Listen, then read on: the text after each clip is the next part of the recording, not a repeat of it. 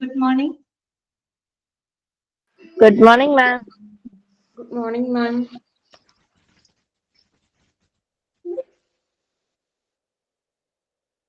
Okay. തുടങ്ങാം. അപ്പൊ നമുക്ക് ഇന്നത്തെ ക്ലാസ് എല്ലാവരും ഉഷാറായിട്ട് വന്നിരിക്കാനുണ്ടോ ക്ലാസ്സിലല്ലേ? Okay. Good morning, ma'am. Good morning. Good morning, ma'am. Okay. എല്ലാവർക്കും ഗുഡ് മോർണിംഗ്. അപ്പൊ നമുക്ക് ഇന്നത്തെ ക്ലാസ് സ്റ്റാർട്ട് ചെയ്യാം കേട്ടോ. കഴിഞ്ഞ ദിവസം എടുത്ത കാര്യങ്ങളൊക്കെ നിങ്ങൾ വായിച്ചു നോക്കിയോ? കഴിഞ്ഞ ദിവസം എടുത്ത കാര്യങ്ങളൊക്കെ നമ്മളൊരു 4 ഡിപ്പാർട്ട്മെന്റുകൾ പഠിച്ചിട്ടുണ്ടായിരുന്നു ഇന്നലെ. വായിച്ചില്ലേ എല്ലാവരും? വായിച്ചു. അപ്പൊ ഞാൻ ചോദിക്കട്ടെ, കുറച്ച് ഇൻപേഷ്യന്റ് സർവീസസിന് എക്സാമ്പിൾ പറയാമോ? ഇൻപേഷ്യന്റ് സർവീസസുകൾക്ക് എക്സാമ്പിൾ ഒന്ന് പറഞ്ഞേ. ആരെങ്കിലും ഒരാൾ പറയും. നമ്മൾ പറഞ്ഞിരുന്നു അല്ലെ, അതായത് മെഡിക്കൽ ഡിപ്പാർട്ട്മെന്റിലെ ഇൻപേഷ്യന്റ് ഡിപ്പാർട്ട്മെന്റിലും ഓക്കെ കറക്റ്റ് ആണ് Rahana. Patient rooms, wards, okay very good correct ആണ്. പിന്നെ ആരുടെ രഹന ICU പറയുന്നത്? രഹന മാത്രം ആരൊക്കെയാണ്? എന്താണ്? Maternity ward. Maternity ward. Okay correct ആണ് ഋതു. പിന്നെ Operation theater. Operation theatre. Okay Kshamara അല്ലെ, ക്ഷമാറ ശരി. പിന്നെ ലിസ്മ പറയുന്നുണ്ട് labour rooms, maternity ward. Saranya പറഞ്ഞു മെറ്റേണിറ്റി കറക്റ്റ് ആണ് കേട്ടോ. ഇതെല്ലാം എന്താണ്? ഓക്കെ കറക്റ്റ് ആണ് കേട്ടോ. ഇതെല്ലാം തന്നെ ഇൻപേഷ്യന്റ് സർവീസസ് ആണ് അല്ലെ. പിന്നെ ഞാൻ ചോദിക്കട്ടെ, the hospital department that works around the clock എന്ന് പറഞ്ഞാൽ 24 അവർ പ്രവർത്തിക്കുന്ന ഒരു ഹോസ്പിറ്റൽ ഡിപ്പാർട്ട്മെന്റ്, ഒരു യൂണിറ്റിനെ പറ്റി നമ്മൾ ഇന്നലെ പറഞ്ഞല്ലോ. ഏതായിരുന്നു ആ യൂണിറ്റ്? 24 മണിക്കൂറും പ്രവർത്തിക്കുന്നത് ഏതാണ്? കാഷ്വാലിറ്റി അല്ലെ, കറക്റ്റ് ആണ് കേട്ടോ. ശരണ്യ, ആവണി, കറക്റ്റ് ആണ്. കാഷ്വാലിറ്റി ഡിപ്പാർട്ട്മെന്റ് ആണ് അല്ലെ. അതായത് 24 അവറും പ്രവർത്തിക്കുന്ന ഡിപ്പാർട്ട്മെന്റ് ആണ് കാഷ്വാലിറ്റി ഡിപ്പാർട്ട്മെന്റ്. മറ്റൊരു പേരെന്താണ് നിങ്ങൾ പറഞ്ഞത് തന്നെ അല്ലെ? എമർജൻസി ഡിപ്പാർട്ട്മെന്റ് ആണ്. ഓക്കെ. പിന്നെ ചോദിക്കട്ടെ, പിന്നെ നമ്മള് കാർഡിയോളജി ഡിപ്പാർട്ട്മെന്റ് പറഞ്ഞിരുന്നു അല്ലെ നമ്മള്. ഓക്കെ, കാർഡിയോളജി ഡിപ്പാർട്ട്മെന്റിലെ ഏറ്റവും biggest area of heart disease ഏതാണ് നമ്മൾ പറഞ്ഞത്? Biggest area of heart disease ഏതാണ് പറഞ്ഞത്? ഇന്നലെ പറഞ്ഞിരുന്നു നമ്മള് ഏറ്റവും ബിഗ്ഗസ്റ്റ് ഏരിയ ഓഫ് Coronary. പറഞ്ഞോളൂ. കൊറോണറി ആർട്ടറി ഡിസീസ് അല്ലെ, കാഡ്. കൊറോണറി ആർട്ടറി ഡിസീസ് അഥവാ കാഡ് അല്ലെ. കാഡിന് എന്താണ് നമ്മൾ എക്സാമ്പിൾ പറഞ്ഞത്? ഒരു എക്സാമ്പിൾ പഠിച്ചല്ലോ നമ്മള് കാഡിന്. കറക്റ്റ് ആണ്, ടാൻജിന. പറഞ്ഞ ചെസ്റ്റ് പെയിൻ ആണ് കേട്ടോ. പിന്നെ ഞാൻ ചോദിക്കട്ടെ, നമ്മള് സാധാരണയായിട്ട് ഡെന്റിസ്റ്റുകൾ യൂസ് ചെയ്യുന്ന അനസ്തേഷ്യ ഏതാണ്? ഡെന്റിസ്റ്റുകൾ യൂസ് ചെയ്യുന്ന anaesthesia Local. Local anaesthesia. Okay very good correct ആണ്, ലോക്കൽ അനസ്തേഷ്യ അല്ലെ. സിസേറിയൻ സെക്ഷൻസിന് ഉപയോഗിക്കുന്നത് ഏത് അനസ്തേഷ്യാണ്? Regional. അനസ്തേഷ്യ.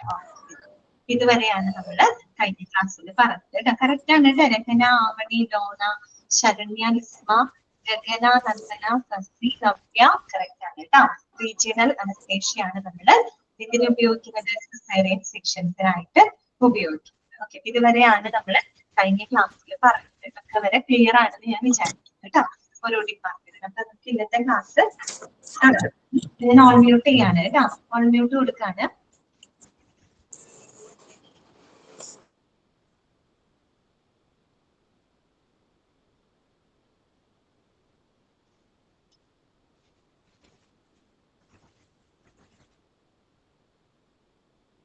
നെക്സ്റ്റ് വരുന്നത് കേട്ടോ.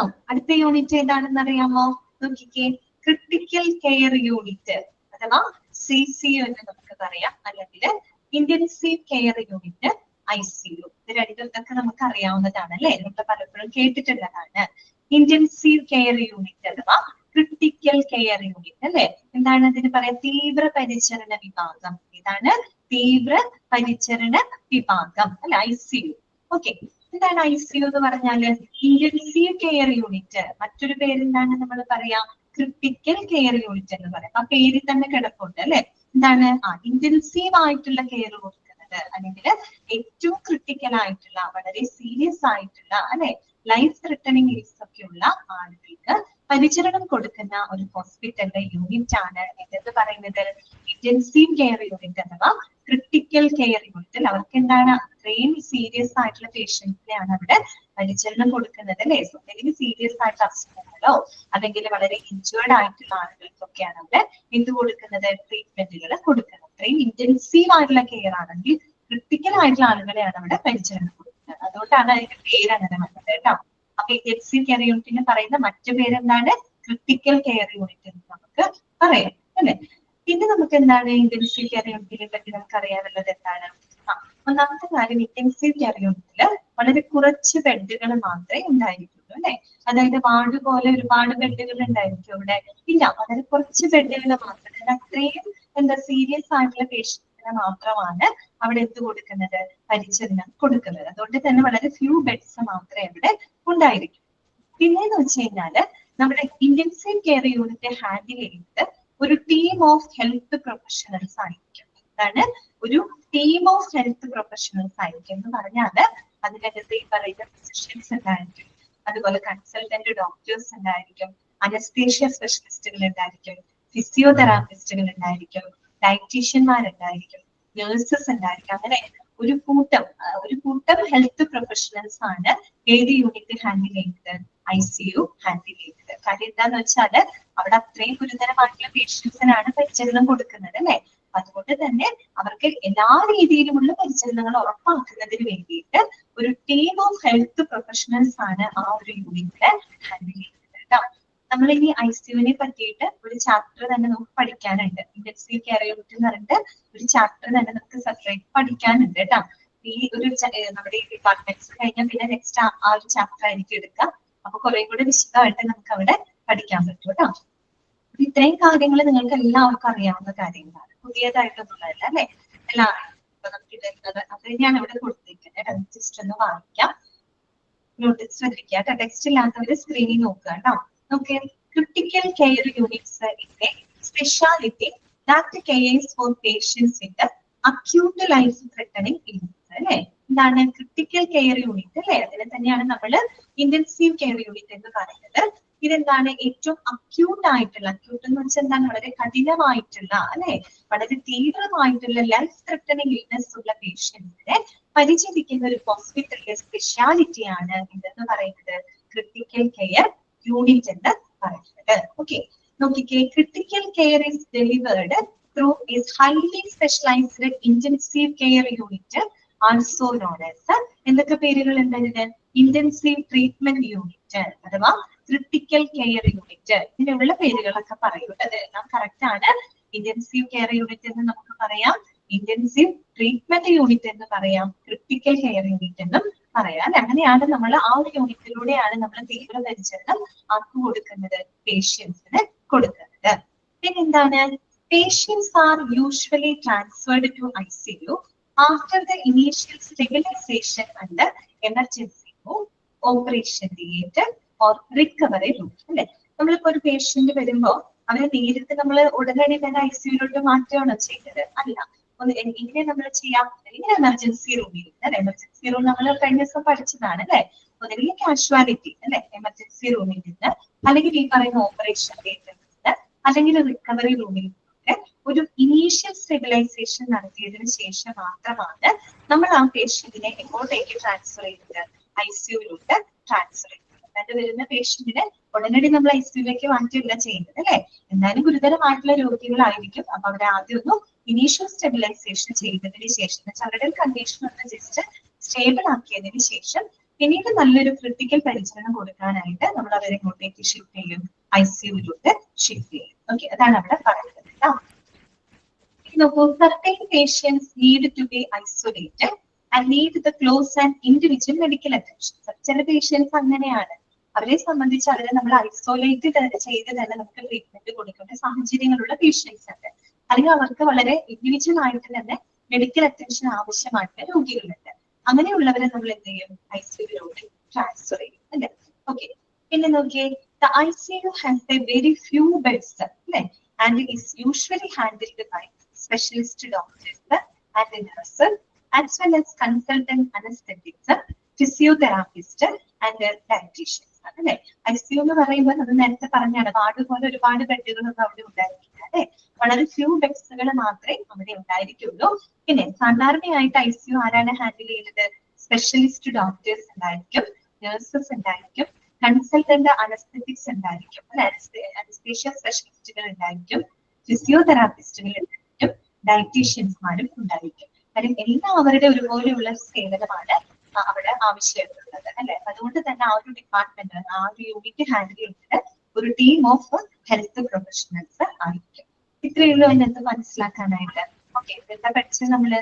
ICUവിന് പറയുന്ന മറ്റു പേരുകൾ നമ്മൾ പറഞ്ഞു അല്ലെ. ഇന്റൻസീവ് കെയർ യൂണിറ്റ് എന്ന് പറയാം, ക്രിട്ടിക്കൽ കെയർ യൂണിറ്റ് എന്ന് പറയാം, ഇന്റൻസീവ് ട്രീറ്റ്മെന്റ് യൂണിറ്റ് എന്നൊക്കെ നമുക്ക് പറയാം. ഇത് മനസ്സിലാക്കാം.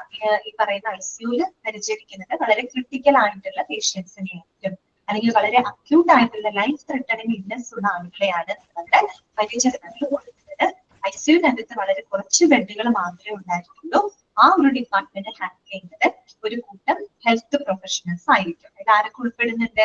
ഫിസിഷ്യന്മാര്, consultant doctors, specialist doctors, nurses, physiotherapist, ഡയറ്റീഷ്യന്മാർ, അങ്ങനെ എല്ലാവരുടെയും സേവനം അവിടെ ഉണ്ടായിരിക്കും. അവരാണ് ആ ഒരു യൂണിറ്റിനെ ഹാൻഡിൽ ചെയ്യുന്നത്. ക്ലിയർ ആണല്ലോ പറഞ്ഞത്? ഓക്കെ ആണല്ലോ എല്ലാവർക്കും? വേണമെങ്കിൽ വായിച്ചോളൂ കേട്ടോ. ടെക്സ്റ്റ് ബുക്ക് ഇല്ലാത്തവര് സ്ക്രീനിൽ നോക്കിയിട്ട് വായിച്ചോളൂ കേട്ടോ.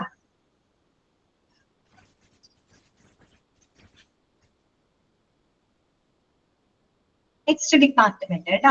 അടുത്ത ഡിപ്പാർട്ട്മെന്റിലോട്ട് നമുക്ക് പോകാം. എന്താണ്? ഡെർമറ്റോളജി അല്ലെ. ഡെർമറ്റോളജി എല്ലാവർക്കും അറിയാവുന്ന ഡിപ്പാർട്ട്മെന്റ് ആണ്. നിങ്ങൾ തന്നെ കഴിഞ്ഞ ദിവസം പറഞ്ഞതുമാണ് അല്ലെ. ഡെർമറ്റോളജി ഡിപ്പാർട്ട്മെന്റ് എന്തുമായിട്ട് ബന്ധപ്പെട്ടതാണ്? സ്കിന്നുമായിട്ട് ബന്ധപ്പെട്ടതാണ്. സ്കിന്ന് മാത്രമല്ല കേട്ടോ, സ്കിൻ കറക്റ്റ് ആണ് കേട്ടോ ശരണ്യ. സ്കിന്ന് മാത്രമല്ല, ഹെയർ ഉണ്ട്, നെയിൽ ഉണ്ട്, അങ്ങനെയുള്ള പ്രശ്നങ്ങളെയൊക്കെ പരിഹരിക്കുന്നത്, അത്തരം പ്രശ്നങ്ങളെയൊക്കെ കൈകാര്യം ചെയ്യുന്ന ഹോസ്പിറ്റൽ ഡിപ്പാർട്ട്മെന്റ് ആണ് ഡെർമറ്റോളജി എന്ന് പറയുന്നത് കേട്ടോ. സ്കിന്ന്, ഹെയർ, അതുപോലെ തന്നെ നെയിൽസ് നമുക്കറിയാലോ. ഓക്കെ, വായിക്കാം കേട്ടോ. Dermatology is the science that deals with the diagnosis and treatment of diseases of the skin, hair and nails. നമ്മൾ പെട്ടെന്ന് ഡെർമറ്റോളജി നമ്മുടെ മനസ്സിലോട്ട് സ്കിന്നാണ് വരിക. സ്കിന്ന് മാത്രമല്ല കേട്ടോ, ഹെയർ, അതുപോലെ തന്നെ നെയിൽസ്, അതുമായിട്ട് ബന്ധപ്പെട്ട പ്രശ്നങ്ങളും എവിടെ കൈകാര്യം ചെയ്യുന്നുണ്ട്? ഡെർമറ്റോളജി വിഭാഗത്തില് കൈകാര്യം ചെയ്യുന്നുണ്ട് കേട്ടോ. പിന്നെ നോക്കൂ, it offers specialized treatment for all the clinical general dermatological problems, including the disorders of the skin, hair and nail and venereal diseases. ഇപ്പൊ പറഞ്ഞ സെയിം പോയിന്റ് ആണ് അല്ലെ. ഈ ഒരു സ്പെഷ്യാലിറ്റി എന്ന് പറയുമ്പോൾ എന്തൊക്കെ സ്പെഷ്യലൈസ്ഡ് ട്രീറ്റ്മെന്റുകൾ പ്രൊവൈഡ് ചെയ്യുന്നുണ്ട്? ഒരുവിധപ്പെട്ട എല്ലാ കോമൺ ആയിട്ടുള്ള ക്ലിനിക്കൽ ഡെർമറ്റോളജിക്കൽ സർവീസുകളും അവർ പ്രൊവൈഡ് ചെയ്യുന്നുണ്ട്. എന്ന് പറഞ്ഞാല് നമ്മുടെ സ്കിന്ന്, ഹെയർ, നെയില്. ഇനി ഇവിടെ പറയുന്നുണ്ട് വെനീറിയൽ ഡിസീസ്. എന്താണ് വെനീറിയൽ ഡിസീസസ് എന്ന് പറഞ്ഞാല്? ശരിക്കും പറഞ്ഞാൽ ലൈംഗിക രോഗങ്ങളാണ് കേട്ടോ. സെക്ഷുവലി ഒക്കെ വരുന്ന, സെക്ഷുവലി ട്രാൻസ്മിറ്റഡ് ഒക്കെ ആയിട്ട് വരുന്ന അസുഖങ്ങളുണ്ട് അല്ലെ, ലൈംഗിക രോഗങ്ങളാണ് കേട്ടോ ഉദ്ദേശിക്കുന്നത്. അപ്പൊ അങ്ങനെയുള്ള കോമൺ ആയിട്ടുള്ള എല്ലാ ഡെർമറ്റോളജിക്കൽ സേവനങ്ങൾക്കുള്ള ട്രീറ്റ്മെന്റ് എവിടെ പ്രൊവൈഡ് ചെയ്യുന്നുണ്ട്? ഈ പറയുന്ന ഡിപ്പാർട്ട്മെന്റിന് പ്രൊവൈഡ് ചെയ്യുന്നുണ്ട്. ഓക്കെ, പിന്നെ അത് മാത്രമല്ല, and also advanced cosmetics dermatology services for the management of problems like acne, scar, pigmentation, vitiligo, hair loss or hair fall, unwanted hair, moles, warts, wrinkling and aging skin.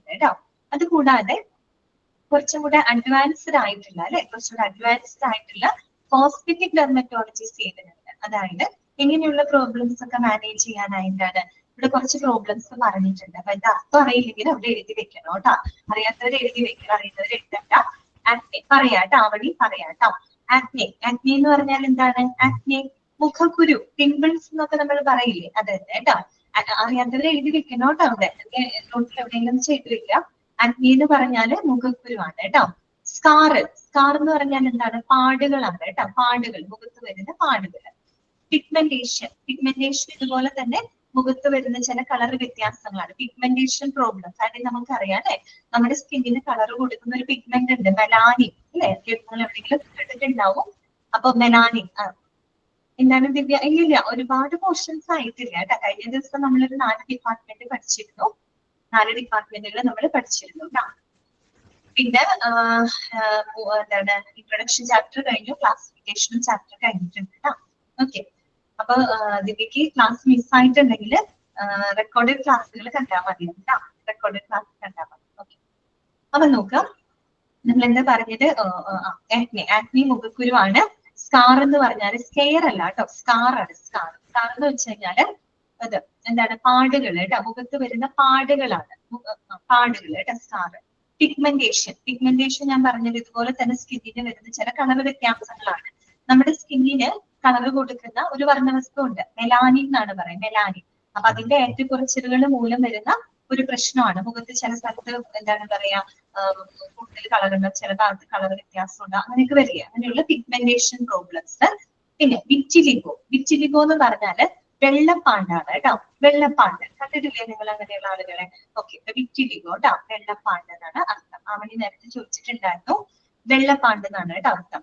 Okay, പിന്നെ എന്താണ്, hair loss or hair fall അല്ലെ, മുടി കൊഴിച്ചിലുകൾ, അങ്ങനെയുള്ള പ്രോബ്ലംസുകൾ. പിന്നെ unwanted hair അല്ലെ, അനാവശ്യ രോമങ്ങള് അല്ലെ, അനാവശ്യമായിട്ടുള്ള ചില ആളുകൾക്ക് മീശ പോലെ അല്ലെങ്കിൽ താടിയിലൊക്കെ അനാവശ്യമായിട്ട്, സ്ത്രീകൾക്കുടെ കാര്യമാണ് പറയുന്നത്, അനാവശ്യമായിട്ട് ഇപ്പൊ മീശ പോലെയൊക്കെ വരിക, അങ്ങനെ അനാവശ്യ രോമ വളർച്ചകളൊക്കെ ഉണ്ടായിരിക്കും. പിന്നെ വരുന്നത് മോൾസ് എന്ന് പറഞ്ഞു കഴിഞ്ഞാല് എന്താണ്, മറുകുകള് കേട്ടോ, മുഖത്ത് വരുന്ന മറുകുകള്. പിന്നെ പാർട്സ് എന്ന് പറഞ്ഞ എന്താ പറയാ, ഇപ്പം അരിമ്പാറ എന്നൊക്കെയാണ് ഞങ്ങളൊക്കെ അങ്ങനെയാണ് പറയാ, നിങ്ങളുടെ നാട്ടിൽ എങ്ങനെ ഓരോരുത്തരുടെ വ്യത്യാസം ഉണ്ടാവും. അരിമ്പാറ കുറച്ച് കട്ടിയിൽ ഇങ്ങനെ ഒരു പിമ്പിള് പോലെ വലുപ്പത്തിൽ കാണാറില്ലേ, അത് അരിമ്പാറ തന്നെയാണോ നിങ്ങൾ അവിടെ എങ്ങനെ പറയാ എനിക്കറിയില്ല, ഞങ്ങളൊക്കെ അങ്ങനെയാണ് പറയാ കേട്ടാ. വാട്സ് അരിമ്പാറ എന്നാണ് പറയാ കേട്ടാ. റിംഗ്ലിംഗ് അങ്ങനെയൊന്നുമില്ലേ പറയാ. ഓക്കെ, പിന്നെ റിംഗ്ലിംഗ് എന്താണ്, ചുളിവുകള് കേട്ടോ, മുഖത്ത് വരുന്ന ചുളിവുകള്. പിന്നെ എന്താണ്, ഏജിങ് സ്കിൻ അല്ലെ, അതായത് മുഖം കൂടുതൽ പ്രായമായിട്ടുള്ളൊരു ഫീലിംഗ് വരാം, ഏജിങ് സ്കിൻ. ചിലർക്ക് വരുന്ന പ്രശ്നങ്ങളാണ് അല്ലെ, സ്കിന്ന് പെട്ടെന്ന് പ്രായമാകുന്നൊരു ബുദ്ധിമുട്ടുകളൊക്കെ വരിക. അപ്പൊ അങ്ങനെയുള്ള പ്രശ്നങ്ങളൊക്കെ, അത്തരത്തിലുള്ള പ്രോബ്ലംസുകളൊക്കെ മാനേജ് ചെയ്യാനുള്ള കുറച്ചും കൂടെ അഡ്വാൻസ്ഡ് ആയിട്ടുള്ള കോസ്മെറ്റിക് ഇതൊക്കെ കോസ്മെറ്റിക് ഇതിൽ വരുന്നതാണ്. കോസ്മെറ്റിക് ഡെർമറ്റോളജി സേവനങ്ങൾ ഏത് ഡിപ്പാർട്ട്മെന്റ് പ്രൊവൈഡ് ചെയ്യുന്നുണ്ട്? ഡെർമറ്റോളജി ഡിപ്പാർട്ട്മെന്റ് പ്രൊവൈഡ് ചെയ്യുന്നുണ്ട്. അർത്ഥങ്ങളൊക്കെ കിട്ടിയോ നമുക്ക്? എല്ലാത്തിന്റെ മീനിങ് ഒക്കെ കിട്ടിയോ? ആക്നി എന്ന് പറഞ്ഞാല് മുഖക്കുരുവാണ്, സ്കാർ പാടുകള്. പിന്നെ പിഗ്മെന്റേഷൻ നിങ്ങൾക്ക് അറിയാലോ, മുഖത്ത് വരുന്ന ആ ഒരു കളർ വ്യത്യാസങ്ങളാണ് കേട്ടോ. വിറ്റിലിഗോ വെള്ളപ്പാണ്ട്. പിന്നെ അൺവാണ്ടഡ് ഹെയർ അറിയാലോ, അനാവശ്യ രോമങ്ങള്, മോൾസ് മറുകുകള്, വാട്സ് അരിമ്പാറ, റിംഗിളിന് ചുളിവുകള്. ഏജിംഗ് എന്ന് പറഞ്ഞാൽ മുഖത്ത് പെട്ടെന്ന് പ്രായം തോന്നുന്ന രീതിയിൽ സ്കിന്നിന് ഒരു മാറ്റം വരിക. അപ്പൊ അങ്ങനെയുള്ള സേവനങ്ങൾ കൊടുക്കുന്നുണ്ട്. അത്രയുള്ളൂ അതിനകത്ത് പഠിക്കാനായിട്ട് കേട്ടോ. ഇപ്പൊ ഡെർമറ്റോളജി എന്ന് പറയുന്നത് നമുക്ക് എല്ലാവർക്കും അറിയാം, സ്കിന്ന്, ഹെയർ, നെയില് ഇവയുമായിട്ട് ബന്ധപ്പെട്ട പ്രശ്നങ്ങൾ കൈകാര്യം ചെയ്യുന്ന ഹോസ്പിറ്റൽ ഡിപ്പാർട്ട്മെന്റിനെയാണ് നമ്മൾ ഡെർമറ്റോളജി എന്ന് പറയുന്നത്.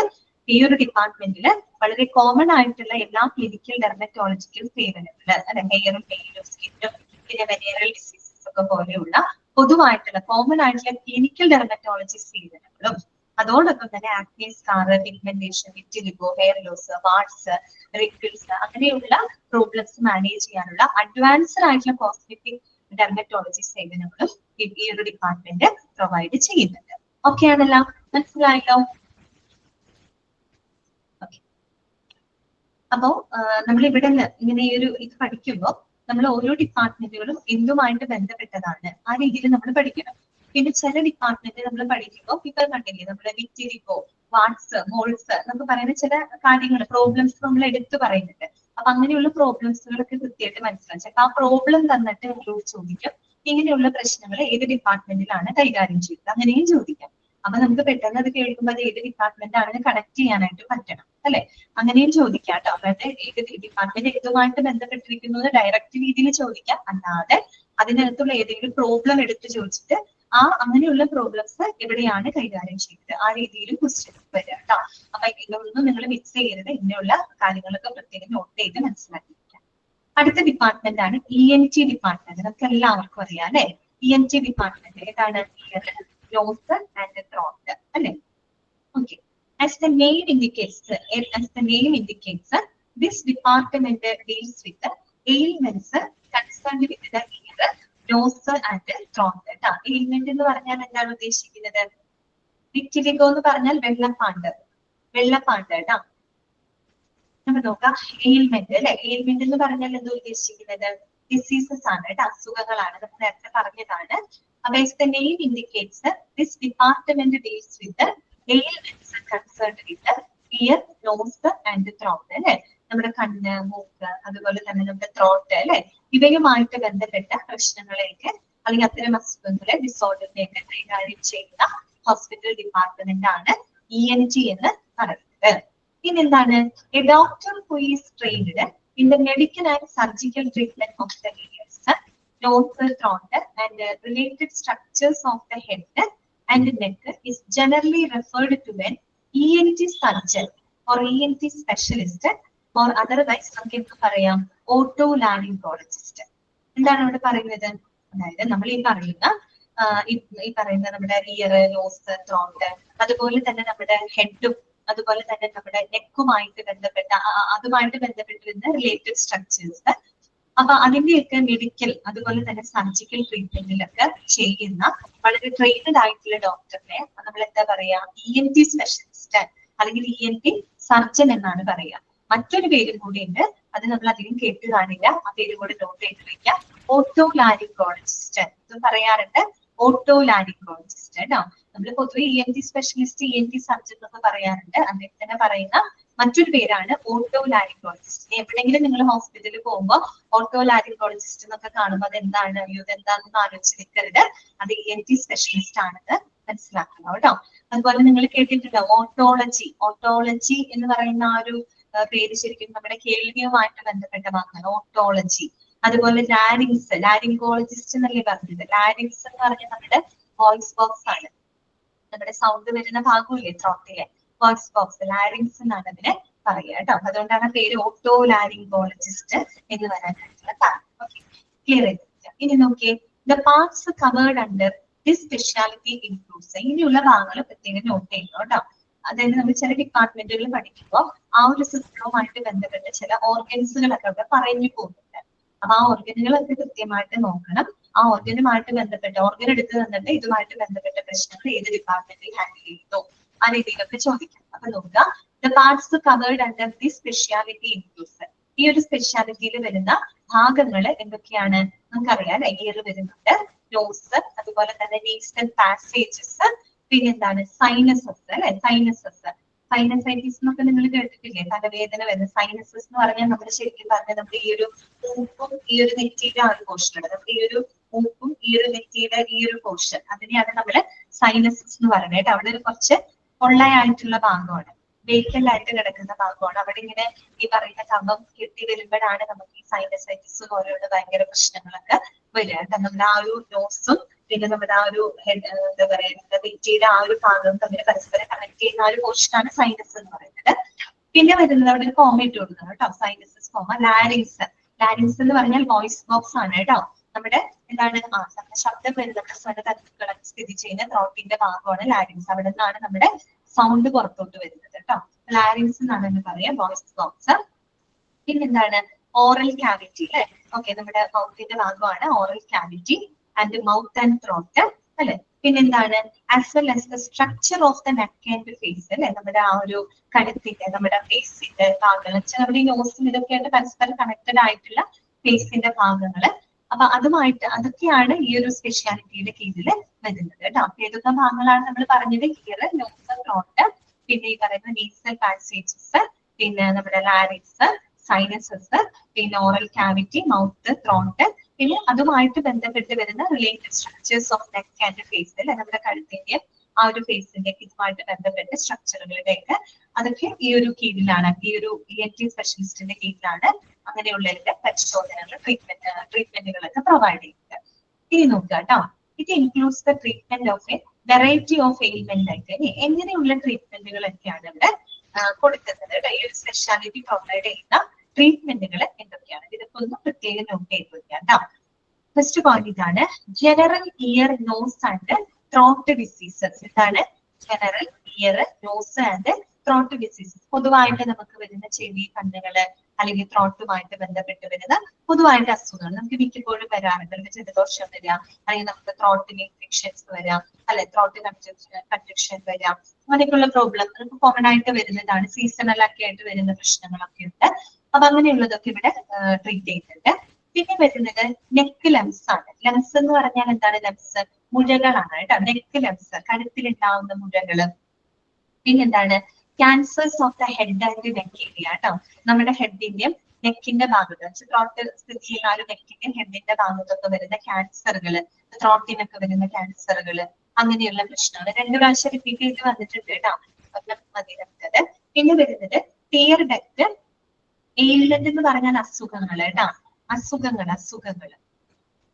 ടിയർ ഡക്ട് പ്രോബ്ലംസ് കേട്ടോ. ടിയർ ഡക്ട് പ്രോബ്ലംസ് എന്ന് പറഞ്ഞാൽ കണ്ണുനീർ ഗ്രന്ഥികൾക്ക് ഉണ്ടാവുന്ന പ്രശ്നങ്ങളാണ് കേട്ടോ. ടിയർ ഡക്ട് കേട്ടോ, കണ്ണുനീർ ഗ്രന്ഥികളാണ്, കണ്ണുനീർ ഗ്രന്ഥികൾക്ക് ഉണ്ടാവുന്ന പ്രശ്നങ്ങൾ. അപ്പൊ പെട്ടെന്ന് നമുക്ക് ഒരു കൺഫ്യൂഷൻ തോന്നരുത്. കണ്ണുനീർ ഗ്രന്ഥി എന്ന് പറയുമ്പോൾ കണ്ണല്ലേ, അത് ഒഫ്താൽമോളജി അല്ലേ, അങ്ങനെയൊക്കെ ഒരു പെട്ടെന്ന് വേണമെങ്കിൽ ചിന്തിക്കാം. ഇപ്പൊ തോന്നില്ല, കുറെ ഇതൊക്കെ പഠിച്ചു കഴിയുമ്പോൾ പിന്നീട് ചിന്തിക്കുമ്പോൾ അങ്ങനെയൊക്കെ തോന്നാം. അപ്പൊ എന്തായാലും ടിയർ ഡക്ട് പ്രോബ്ലം എന്ന് പറയുമ്പോൾ കണ്ണുനീർ ഗ്രന്ഥികളുമായിട്ട് ബന്ധപ്പെട്ട പ്രശ്നങ്ങൾ. അപ്പൊ നമ്മുടെ ഈ നോസും ഈ ഭാഗമായിട്ടൊക്കെ കണക്ഷൻ വരുന്ന ഭാഗങ്ങളായതുകൊണ്ട് അത് ENT സ്പെഷ്യാലിറ്റിയിൽ ട്രീറ്റ്മെന്റ് കൊടുക്കുന്നുണ്ട് കേട്ടോ. ഓക്കെ, അപ്പൊ ടിയർ ഡക്ട് പ്രോബ്ലംസ് എഴുതി വെക്കാം കേട്ടോ, കണ്ണുനീർ ഗ്രന്ഥികൾക്ക് ഉണ്ടാവുന്ന പ്രശ്നങ്ങള്.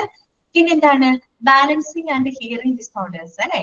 അറിയാലോ, നമുക്ക് കേൾവി തകരാറുകൾ, കേൾവി പ്രശ്നങ്ങള്, ബാലൻസിങ് പ്രോബ്ലംസ്. ഇപ്പൊ മിക്ക ആളുകൾക്കും ഉള്ളൊരു പ്രശ്നമാണ് അല്ലെ, ഇയർ ബാലൻസിങ്ങിന്റെ പ്രോബ്ലം ഒരുപാട് ആളുകൾക്കുണ്ട് അല്ലെ. അത് വന്നു കഴിഞ്ഞാൽ ഭയങ്കര ബുദ്ധിമുട്ടാണ് അല്ലെ. നമ്മുടെ ചുറ്റും ഇങ്ങനെ തല വല്ലാതെ കറങ്ങുന്നുണ്ട് അല്ലെ. കറങ്ങി നമ്മുടെ ബാലൻസ്, നമുക്കറിയാം നമ്മുടെ ശരീരത്തിന്റെ ബാലൻസ് ചെയ്യുന്നതിൽ ഏറ്റവും പ്രധാനപ്പെട്ട ഒരു ഓർഗനാണ് നമ്മുടെ ചെവി അല്ലെ, നമ്മുടെ ചെവി എന്ന് പറയുന്നത്. അപ്പൊ ബാലൻസിങ് പ്രോബ്ലം വരുമ്പോൾ ചെവിയിൽ ഇങ്ങനെ കൽസ്യം ഇഷ്യൂസ് വരുമ്പോൾ നമുക്ക് മൊത്തം ഭയങ്കരമായിട്ട് നമുക്ക് തലകറക്കം വരും, ഭയങ്കരമായിട്ട് വൊമിറ്റ് ചെയ്യും, അങ്ങനെയൊക്കെയുള്ള പ്രശ്നങ്ങൾ. അപ്പൊ അങ്ങനെയുള്ള ആളുകൾ ഒരുപാട് ഇങ്ങനെ കുനിയാനോ ഒരുപാട് ഇങ്ങനെ മേൽപോട്ട് നോക്കാനൊന്നും പാടില്ല, കാരണം ബാലൻസ് പോകും. ഓക്കെ, അപ്പൊ ആ രീതിയിലുള്ള പ്രശ്നങ്ങള്. പിന്നെ സ്നോറിങ് അല്ലെ. സ്നോറിങ് എന്ന് പറഞ്ഞാൽ എന്താണ്? കൂർക്കം വലിയാണ് കേട്ടോ. കൂർക്കം വലി, അത് ഈ പറയുന്ന പോലെ നമ്മുടെ മൂക്കിന്റെ ഉള്ളിലൊക്കെ ഈ ദശ വരിക, അല്ലെങ്കിൽ അവിടെ വല്ല ബ്ലോക്കേജ് ഒക്കെ വരുമ്പോൾ സ്വാഭാവികമായിട്ട് നമുക്ക് മൂക്കിലൂടെ ശ്വസനം നടക്കില്ല, കൂടുതൽ നമ്മൾ മൗത്തിലൂടെ ആയിരിക്കും ശ്വസിക്കുന്നത്. അപ്പൊ അതിന്റെയൊക്കെ ഭാഗമായിട്ടൊക്കെ വരുന്ന പ്രശ്നങ്ങളാണ് സ്നോറിങ് കേട്ടോ, കൂർക്കം വലി പ്രശ്നങ്ങൾ. പിന്നെ അതുപോലെ തന്നെ ENT അലർജി പ്രോബ്ലംസ് അല്ലെ. ഈ പറയുന്ന ENT-യുമായിട്ട് ബന്ധപ്പെട്ട് വരുന്ന അലർജി പ്രശ്നങ്ങൾ, അലർജി പ്രോബ്ലംസുകള്. പിന്നെ വരുന്നത് സലൈവറി ഗ്ലാൻഡ് ഡിസീസസ്. എന്താണ് സലൈവറി ഗ്ലാൻഡ് ഡിസീസസ് എന്ന് പറഞ്ഞാൽ എന്താണ്? ഉമിനീർ ഗ്രന്ഥി. ഓക്കെ, വെരി ഗുഡ്, കറക്റ്റ് ആണ് കേട്ടോ. ഉമിനീർ ഗ്രന്ഥികൾക്ക് ഉണ്ടാവുന്ന പ്രശ്നങ്ങളാണ് കേട്ടോ. നമ്മുടെ മൗത്തിനകത്ത് ഉമിനീർ ഗ്രന്ഥികളുണ്ട്, കൂടിച്ചോട് ഉമിനീർ ഗ്രന്ഥികളുണ്ട് നമുക്ക് കേട്ടോ. അപ്പൊ ഇത്തരത്തിലുള്ള ഉമിനീർ ഗ്രന്ഥികൾക്ക് ഉണ്ടാവുന്ന പ്രശ്നങ്ങള്, തകരാറുകള്. പിന്നെ വരുന്നത് വോയിസ് ഡിസോർഡേഴ്സ് ആണ്, നമ്മുടെ ശബ്ദത്തിന് വരുന്ന ചില തകരാറുകള്. അങ്ങനെയൊക്കെയുള്ള പ്രശ്നങ്ങളാണ് ഏത് ഡിപ്പാർട്ട്മെന്റിലാണ് ഹാൻഡിൽ ചെയ്യുന്നത്? ENT വിഭാഗത്തിലാണ് ഹാൻഡിൽ ചെയ്യുന്നത് കേട്ടോ. അപ്പൊ പ്രശ്നങ്ങളൊക്കെ ഒന്ന് നോട്ട് ചെയ്ത് വെക്കാം. Generally nose and throat diseases, neck lumps, പിന്നെ cancers of the head and neck area, tear duct problems, balancing and hearing disorders, snoring, ENT allergy problems, salivary gland diseases, voice disorders, ഇതൊക്കെ treat ചെയ്യുന്നത് ENT വിഭാഗമാണ്. Clear ആയോ പറഞ്ഞത്? Okay ആണോ? വായിച്ചു നോക്കി.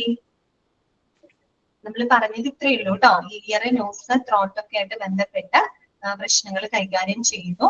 അപ്പൊ അതിൽ സ്പെഷ്യലൈസ്ഡ് ആയിട്ടുള്ള ഡോക്ടറിനെ നമ്മൾ ENT സ്പെഷ്യലിസ്റ്റ് അഥവാ ENT സർജൻ അഥവാ ഓട്ടോലാരിംഗോളജിസ്റ്റ് എന്നാണ് പറയാ. പിന്നെ ഈ ഒരു സ്പെഷ്യാലിറ്റിയുടെ കീഴിൽ വരുന്ന ഭാഗങ്ങൾ ഏതൊക്കെയാണ്, എന്തൊക്കെ പ്രശ്നങ്ങൾക്കുള്ള ട്രീറ്റ്മെന്റുകളാണ് ആ ഒരു ഡിപ്പാർട്ട്മെന്റ് പ്രൊവൈഡ് ചെയ്യുന്നത് എന്നുള്ളത് കേട്ടോ. സ്നോറിംഗ് എന്ന് പറഞ്ഞാൽ കൂർക്കം വലി കേട്ടോ, കൂർക്കം വലി. വായിക്കൂ കേട്ടോ, 2 മിനിറ്റ് ഒന്ന് വായിക്കും.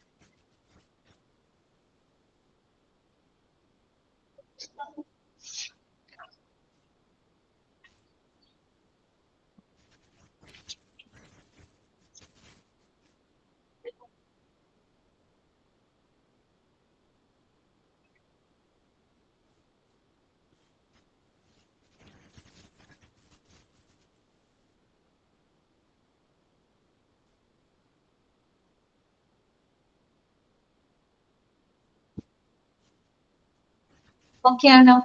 ക്ലിയർ ആണ് എല്ലാവർക്കും? വായിച്ചു നോക്കിയോ?